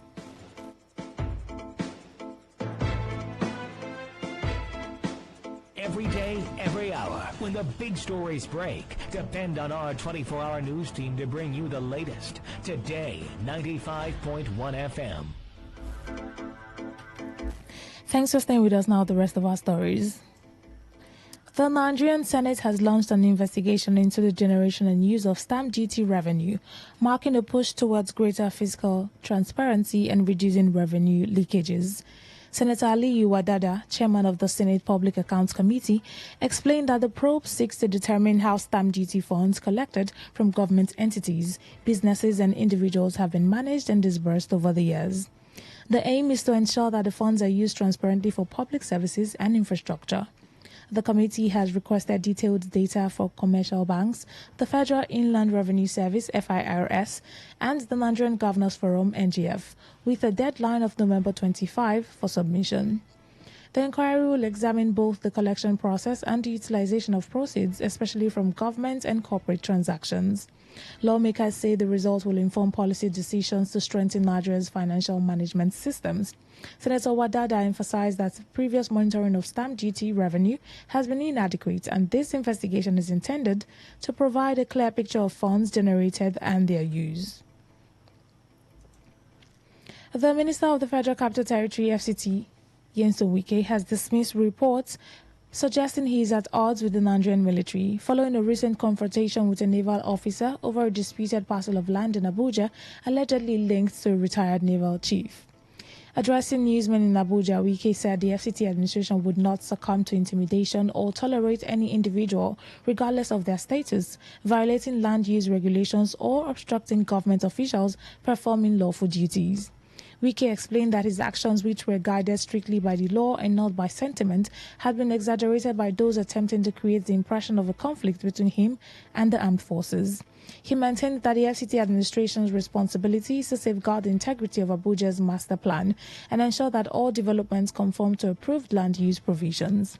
According to him, those who obtained land for agricultural purposes but later converted it to residential or commercial use without approval would face legal consequences. The minister noted that the FCT administration had in the past engaged the military hierarchy on land-related matters, always resolving them through institutional dialogue and mutual respect. Reaffirming his commitment to President Bola Tinubu's vision for the FCT, Wike vowed that enforcement against illegal developments, land grabbing and other violations of the Abuja Master Plan would continue. When I came on board for them, President Jonathan had awarded a contract to develop another city. It was not to the military. No. Awarded a contract, not me.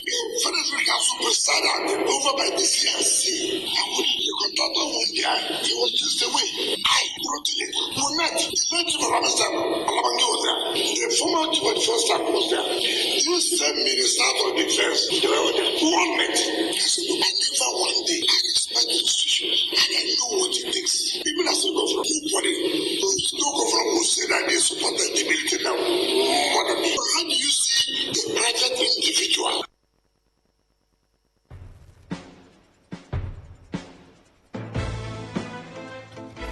On the foreign scene, Germany's coalition government has approved a new voluntary military service model under which all 18-year-olds will complete a questionnaire and undergo a physical test if they wish to serve, but no one will be compelled to join the Bundeswehr.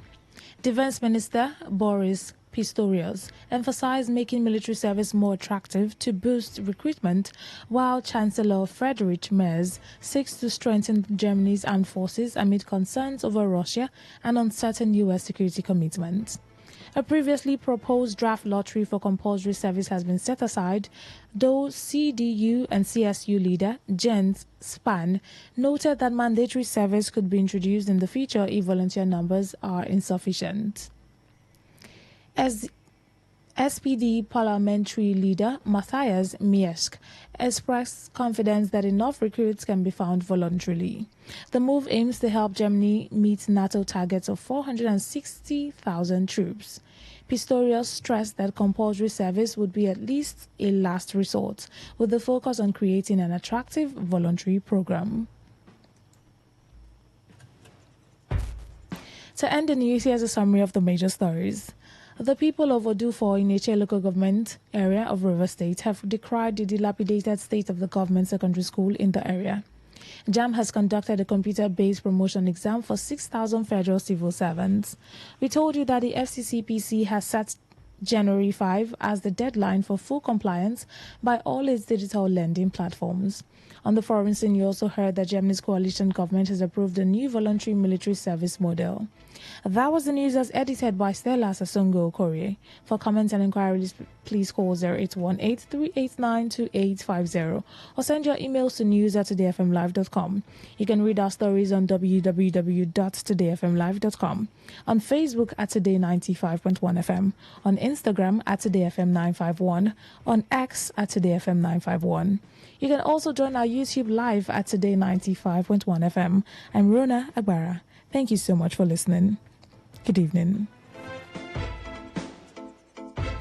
Today's news, today's entertainment, today's sports, today's issues. Today on Today 95.1 FM, Port Harcourt.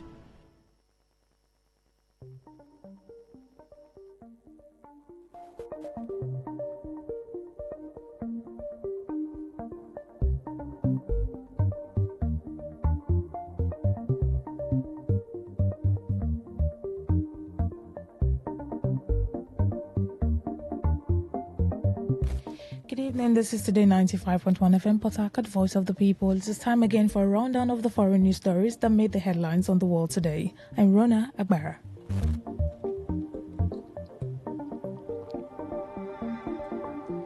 Kenya says former soldiers among citizens fighting for Russia in Ukraine jailed Tunisian opposition leader Jawa Ben Mbarek, assaulted in prison, family says.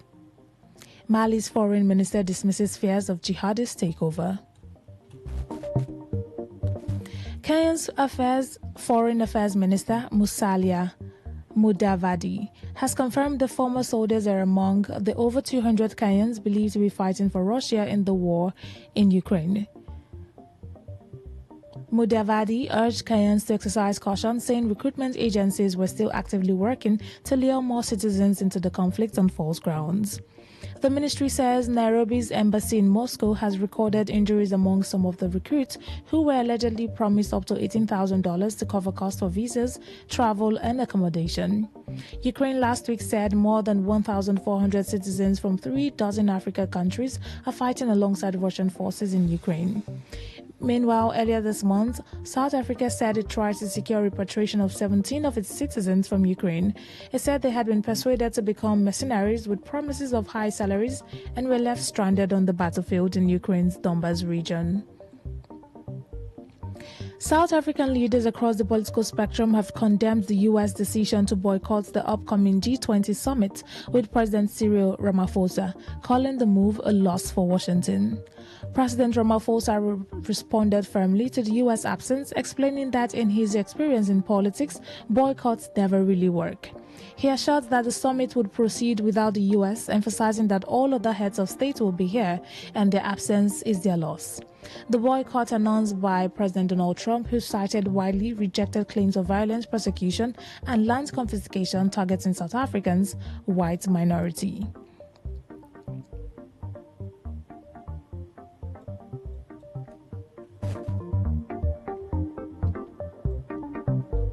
South Sudan's leader, Salva Kiir, has dismissed one of his vice presidents, Benjamin Bo-Mel, who had been tipped as his possible successor. Kiir stripped Bo-Mel of his military rank of general and dismissed him from National Security Service. He also sacked the central bank governor and the head of the Revenue Authority, both considered close allies of Bo-Mel. No explanation was given for the dismissals. This decision follows growing fears of political instability and the possible return to civil war, after the recent collapse of a fragile power-sharing agreement between Kiir and the opposition leader, Riek Machar. Mali's foreign minister, Abdoulaye Diop, has rejected claims that Islamist militants are close to seizing the capital, Bamako, calling such fears far-fetched.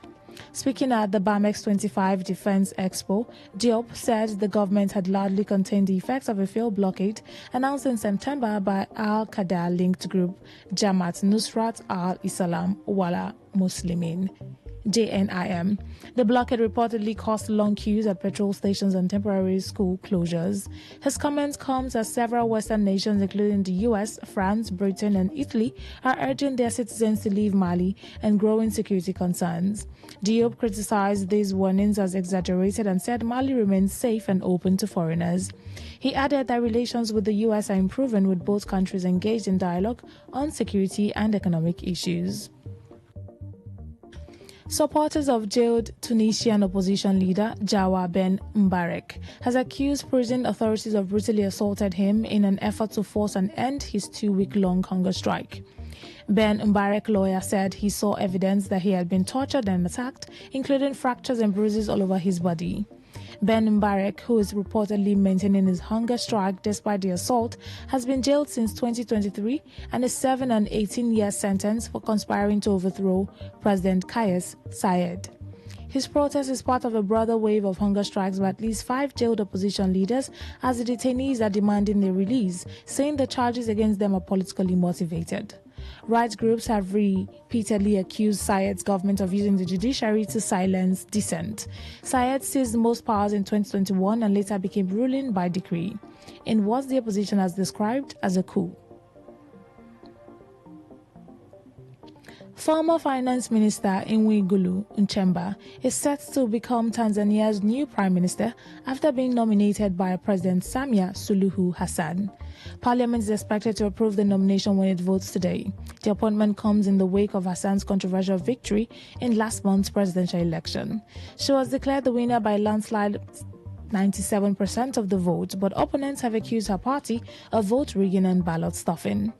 The country saw violent protests both before and after the election over the exclusion of her main rivals. The United Nations says that hundreds of people were killed in the demonstrations, but the opposition says it was more than 1,000 and that security forces were responsible. Hassan has become under international criticism for her handling of the protest as well as her human rights record, seeking taking power in 2021. Away from Africa to the rest of the world. The United Nations and African Union Commission have announced a strengthened collaboration to align their flagship development agendas, aiming to eradicate conflict across Africa and rectify the continent's underrepresentation in global governance, particularly at the UN Security Council.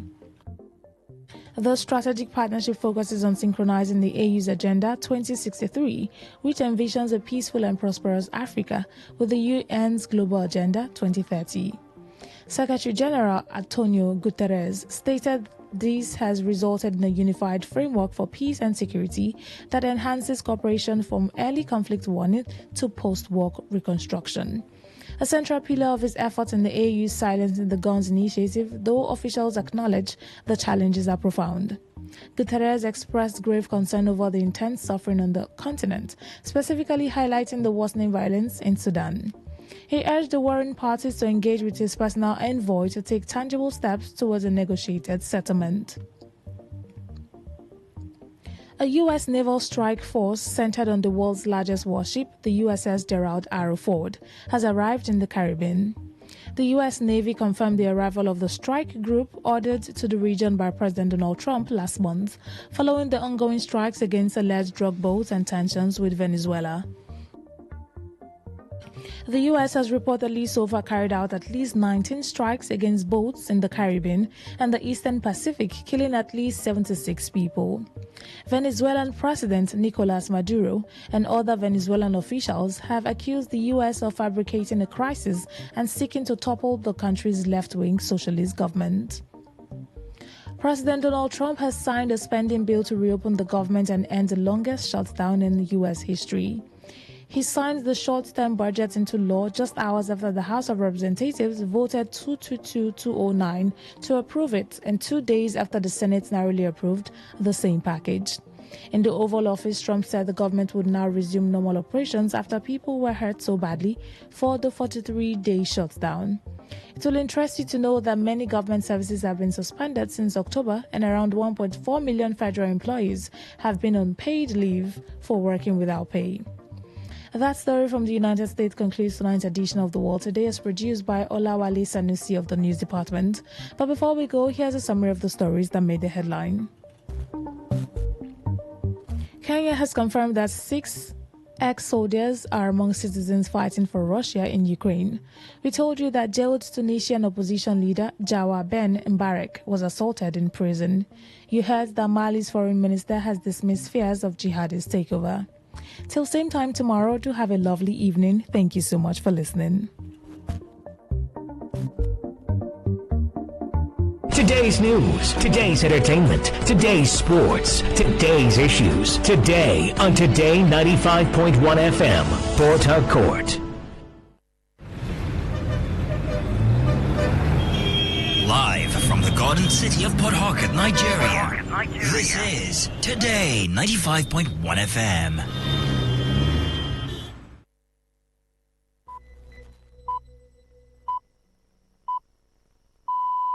BBC World Service, I'm Nyasha Michelle in London with Focus on Africa. Gabon's former First Lady and her son are sentenced in absentia to 20 years in prison. While Ali Bongo was recovering from his stroke, they were believed to be the one making decision despite lacking the authority. That's really what it comes down to, the main claim. What sparked Mauritania's president's decision to dismiss 30 of his government officials? Corruption is widespread everywhere, and it is not only financial and administrative corruption, but also moral and political corruption. It is difficult for the government to fight it alone. And Zambia's goal to add $1 billion to its economy through livestock exports. We see this as a growth opportunity for the economy, so agriculture and livestock is an extremely good option. That's all on the BBC Today in Focus. First, the news. BBC News with Sue Montgomery. President Zelensky of Ukraine has ordered sanctions one of his close associates as the repercussions from a huge corruption scandal continue to spread. Another businessman faces similar sanctions. They've been implicated in a $100 million kickback scheme involving contractors hired to protect energy infrastructure from Russian attacks. Our diplomatic correspondent James Landale reports from Kiev. Prosecutors say a man called Timur Mindic is at the heart of the corruption allegations. He's a businessman who co-founded Volodymyr Zelensky's television production company. The president's office said Mr. Mindic and another businessman, Alexander Tsukerman, would have their assets frozen and their travel restricted. Both have already left Ukraine. Mr. Zelensky told Bloomberg Television the president of a country at war cannot have any friends. His allies said this showed Ukraine's anti-corruption institutions were working. But the EU's Foreign Affairs Chief Kaja Kallas said the allegations were extremely unfortunate. France is holding a series of ceremonies marking 10 years since coordinated Islamist attacks in the capital, Paris, left 130 people dead and hundreds wounded. They began outside the Stade de France, where the first attack took place, and will culminate at the Bataclan Concert Hall. Our correspondent Hugh Schofield is there. What was attacked here that night was life, ordinary life, the life of a Western capital. Young people sitting out and drinking at bars, people at a rock concert, people at a football match. This was just ordinary things and ordinary people going about their business. It was an attack on the values and the life of a city. That was why it was felt so badly, and that's why it has changed the psyche, the mentality of all of us. The European Parliament has voted in favour of weakening a set of EU sustainability rules. The move, which has been dividing Parliament, is intended to help reduce red tape for businesses which are struggling in the face of competition from the US and China. Here's Joanna Keane. An EU law adopted last year was hailed as an historic landmark in the fight to preserve the planet and better working conditions across the world. Companies were told they had to fix adverse human rights and environmental issues in their supply chains or face fines of up to 5% of their global turnover. The European Parliament has now agreed the legislation will apply only to companies with at least 5,000 employees and a turnover of $1.75 billion. Germany's coalition government has agreed a new military service plan to boost troop numbers. Questionnaires will be sent to all 18-year-olds asking about their willingness and abilities to serve. Those signing up voluntarily will be offered $3,000 a month, but the government aims to introduce compulsory enlistment should targets not be met. World News from the BBC. Reports from Eritrea say an Ethiopian drone has been shot down in the southeastern region near the port of Assab. The incident comes amid rising tensions between the two neighbours over Ethiopia's push for access to the Red Sea. Richard Kagoi reports. The drone was reportedly on a surveillance mission near the border town of Bure, a flashpoint during the 1998 to 2000 war that left more than 100,000 people dead. There are reports that Eritrea installed drone jammers earlier this year in key locations as tensions escalated. Neither government has yet commented. Ethiopia's renewed campaign for a seaport, including claims over Eritrea's Assab port, has met strong opposition from Asmara. Addis Ababa has in turn accused Eritrea of backing rebels seeking to destabilize and fragment the country. China has demanded that Japan's Prime Minister retract her recent comments on Taiwan or bear the consequences. Sanae Takaichi sparked a diplomatic row last week after saying in Parliament that a Chinese attack in Taiwan could trigger a potential military response from Tokyo. One of the Philippines' longest-serving and most controversial political figures, Juan Ponce Enrile, has died at the age of 101. His career was defined by his loyalty to the Marcos family.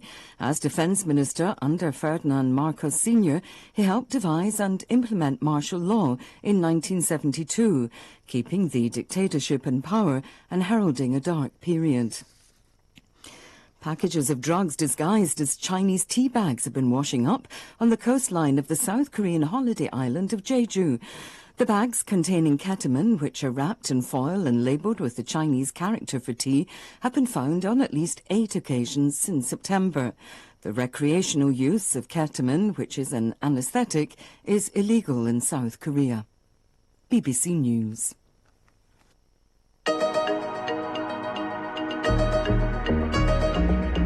Hello, I'm Nyasha Michelle, and here's what's coming up for you on this edition of Focus on Africa. Why has Gabon's former First Lady and her son been sentenced in absentia to 20 years in prison? 30 government officials were sacked in the largest round of dismissals by Mauritania's president. We find out what led to this move. The president has been facing corruption, and in many cases he has been very lenient. Why he has to be severe now? It's because there's so much popular pressure, and also because of the flagrant cases of corruption that are basically threatening the country's economy, but also political peace. And can Zambia achieve its ambitious plan to earn $1 billion in livestock exports? At the moment, Zambia boasts of about 5 million heads of cattle. And with government support, we think we can achieve that target, especially that some of the investment will go towards cattle breeding and also improvement of pastures in the dry season to ensure that we have animals that are in good condition throughout the year. It's Thursday, the 13th of November.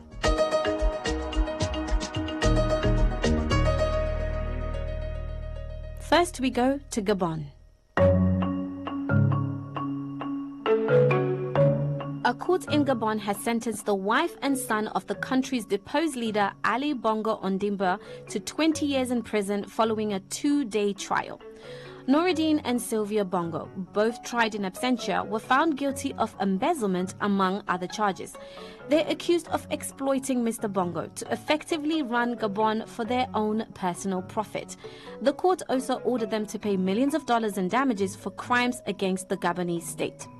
In response to the sentencing, Ali Bongo's son Noureddine said the verdict had long been predetermined under the office of President Oligui Nguema and called the trial a simple formality. As for my mom and myself, the main reason why we cannot go back is that we know perfectly well that if we return, we would face things far worse than what we've already endured. Especially since I think we were exposed due to the judicial manipulation that took place. Moreover, this trial was never fair and just from the beginning of the coup d'etat from 29th August 2023, when hooded soldiers came to my house. That was Noureddine Bongo.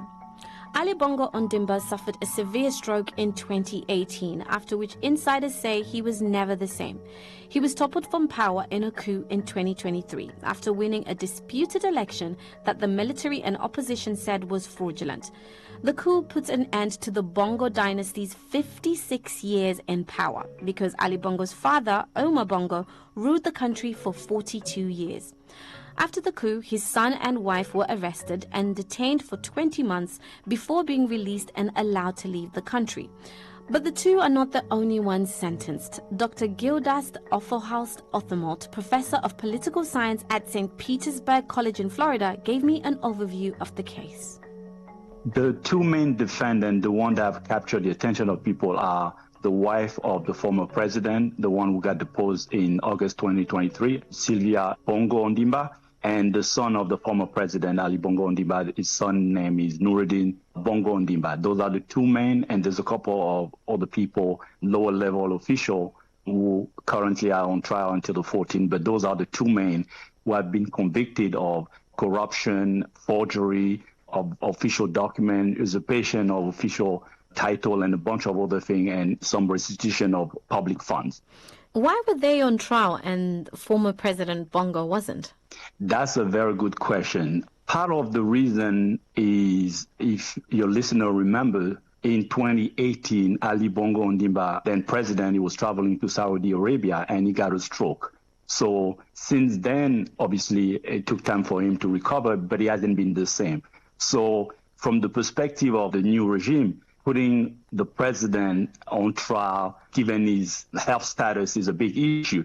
But also, part of the rationale is, if you put him on trial, you open a can of worms, because now it's not just his wife and his son and a bunch of other lower level officials. It's the entire Bongo regime. Gabon right now, the current regime, a number of the high level officials used to work for the Bongo family until they deposed them in August 2023. So that's part of the rationale of not doing that. And that's actually one of the questions that people have been asking is, those officials were not the only one to be in that situation, to be accused of grafting public funds and corruption and the like. But why are only dozen people being on trial? Whereas the argument is that it should be more than that. It should be a deeper look at the Bongo regime, because between the son and the father, they were in power for nearly 60 years. Wow. Now let's then delve deeper into that then. So what were the roles of the wife and the son in terms of governing the country under the Bongo regime?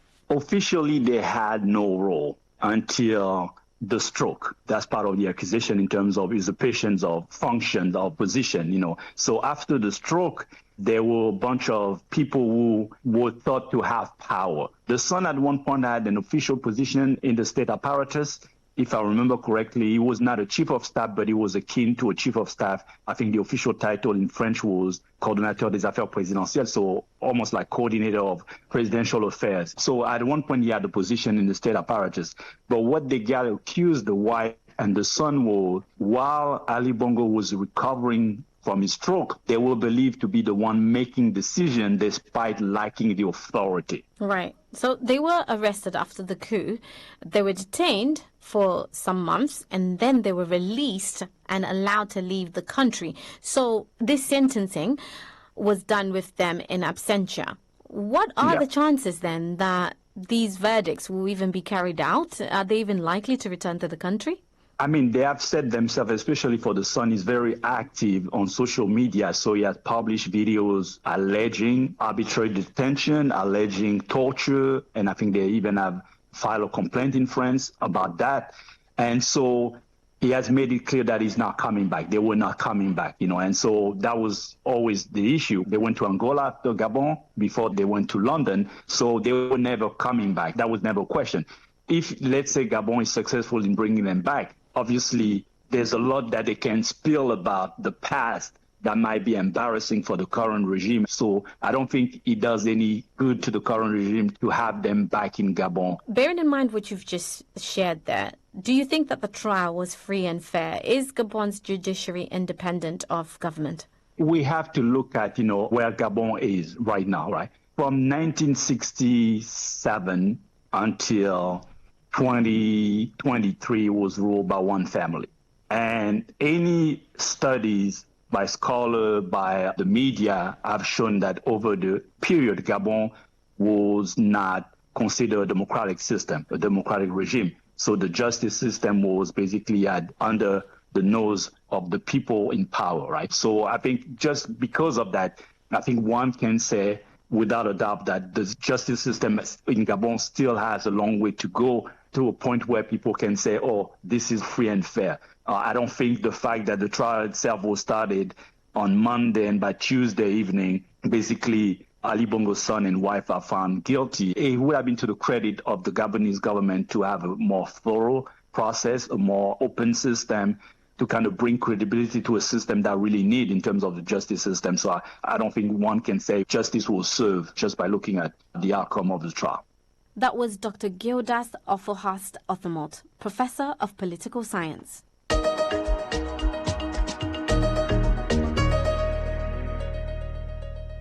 Next, to a country we rarely hear from, Mauritania and its battle against corruption. The mineral-rich nation has faced major challenges in tackling corruption since independence in November 1960. However, during his second and what should constitutionally be his final term, the current president, Mohamed Sheikh El Kauzouani, has taken a sudden move against corruption within his administration. President Kauzouani recently dismissed 30 government officials after a report published by the Court of Auditors revealed alleged irregularities. Until last week, the Economic Crime Police were investigating the individuals mentioned in the auditor's court report. While some politicians have supported this decision, others believe that Mauritania's fight against corruption still requires more radical reforms. Young people in the country have different points of view regarding the decision and corruption in general. Here's what they told us. Corruption is widespread everywhere, and it is not only financial and administrative corruption, but also moral and political corruption. It is difficult for the government to fight it alone. The issue requires popular support at all levels. The dismissal of the officials mentioned in the auditor's court's report is a very important step and confirms the Mauritanian government's commitment to fighting corruption. However, it is not enough. It is important to pursue the case seriously and hold accountable those proven guilty of corruption. They must be exposed. Those were some voices from the streets of Mauritania. The debate about the auditor's court report and the sacking of the officials is still dominating social media and talk in Mauritania. So, was this the right move, and will it bring the change the country needs? Associate Professor Abbas Abraham, lecturer at Louisiana University and legal expert on African affairs in Nouakchott, shared his thoughts. The president has recently sacked some officials for being connected with corruption, or at least corruption investigation. And the president has repeated his engagement in this course. However, there are many reasons to take his saying with some pinch of salt. Partly is because the government and the president has basically condoned some key officials in the government. They have been involved in corruption cases and they have not been investigated. Indeed, they have been protected. So all of this makes someone question fidelity of the president to his commitment to full-fledged program of basically anti-corruption. Why do you say that those people who were accused of corruption were protected by the government? Well, first of all, the government protects basically military spending. And there has been significant cases of favoritism in military spending. Indeed, there is no monitoring institution or parliamentary discussion that allows monitoring and investigating military spending. Furthermore, the key military officials who hold various key positions in the state, sometimes they are accused, and it's sometimes very with evidence that they have committed certain corruption, but they have never been tried. Okay, so that's very interesting because some of these cases, let's call them, that you are mentioning, they were not official accusations. So can you tell us where then you are basing your claims? Well, they are officials because they have been published by some transparency institutions in the country and outside. And they have been widely recognized as corruption cases. And indeed, some of the involved officials have been dismissed, but not the military officials themselves. So there is evidence to it. And also, the recent officials who have been sacked by the president, they have not been officially accused. They have been accused by the findings of the court des comptes, but not in an official way. So if we are going to wait for the final official accusation, probably we have not yet been there. But there are all the evidence that show the corruption, and it's a matter of political decision, I guess. So if this has occurred before, allegations of corruption amongst other bodies within the government and other organizations, and they have not, as you say, some of these organizations or some of these people were protected by the government. But this recent time, all of these people were let go by the president. Why would you say that he decided to do this? And he dismissed 30 governmental officials at a time where it's not just a new thing, it's his second term. So he's been in power for a while. He has been in power for a while, and he has been facing flagrant cases of corruption. In many cases, in fact, in most of the cases, the government has been very lenient. For example, the so-called trial of the century, by which the former president, which is a long-time comrade of the current president, was detained because of the corruption, it was only him among potentially hundreds of other corrupt key officials, but only the former president, who had certain personal vendetta with the current president, was put into a trial. So what I'm trying to say is that the president has been facing corruption, and in many cases he has been very lenient. Why he has to be severe now? It's because there's so much pressure, there's so much popular pressure, and also because of the flagrant cases of corruption that are basically threatening the country's economy, but also political peace, as it creates a lot of ethnic tension, basically. I think that's one of the reasons why the president had to interfere. And even so, his interference is still short from what everyone is expecting. Associate Professor Abbas Abraham. We have approached the Mauritanian government to reply to the matters raised in this report, but we've not received a response.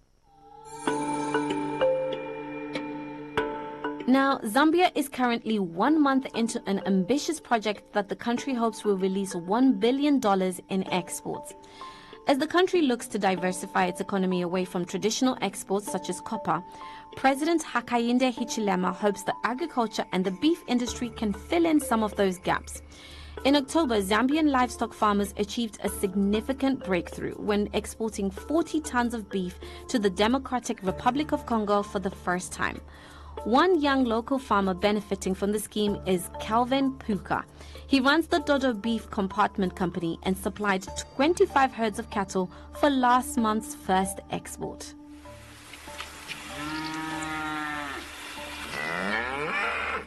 For me as a farmer, it's a win. It's something that will bring development and it will boost my farm. I'm very happy for this deal. My farm, it will grow. It will also create more jobs to our fellow youth. At the moment, I have 2,000 cattle breeding heads. I have Brahman, I have Bolan, and I have Bosmar. And I have 500 steers which are in feedlot right now. It costs a lot to feed. It costs. The next consignment is expected to this next week by Thursday. That's why when the government was promising us that next week they will need another bunch of cattle. As you heard there from Kelvin, this initiative is a win-win for him. But what about the other farmers and the nation as a whole? I put that question to Dr. Edify Hamukale, an agriculture, environment and business consultant based in Zambia.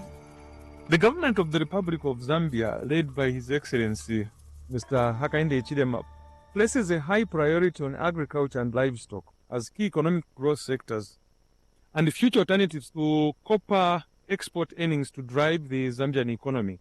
So this is a very important project because we see it as an economic diversification route to be able to improve our agriculture-driven gross domestic product and also find an alternative to copper earnings.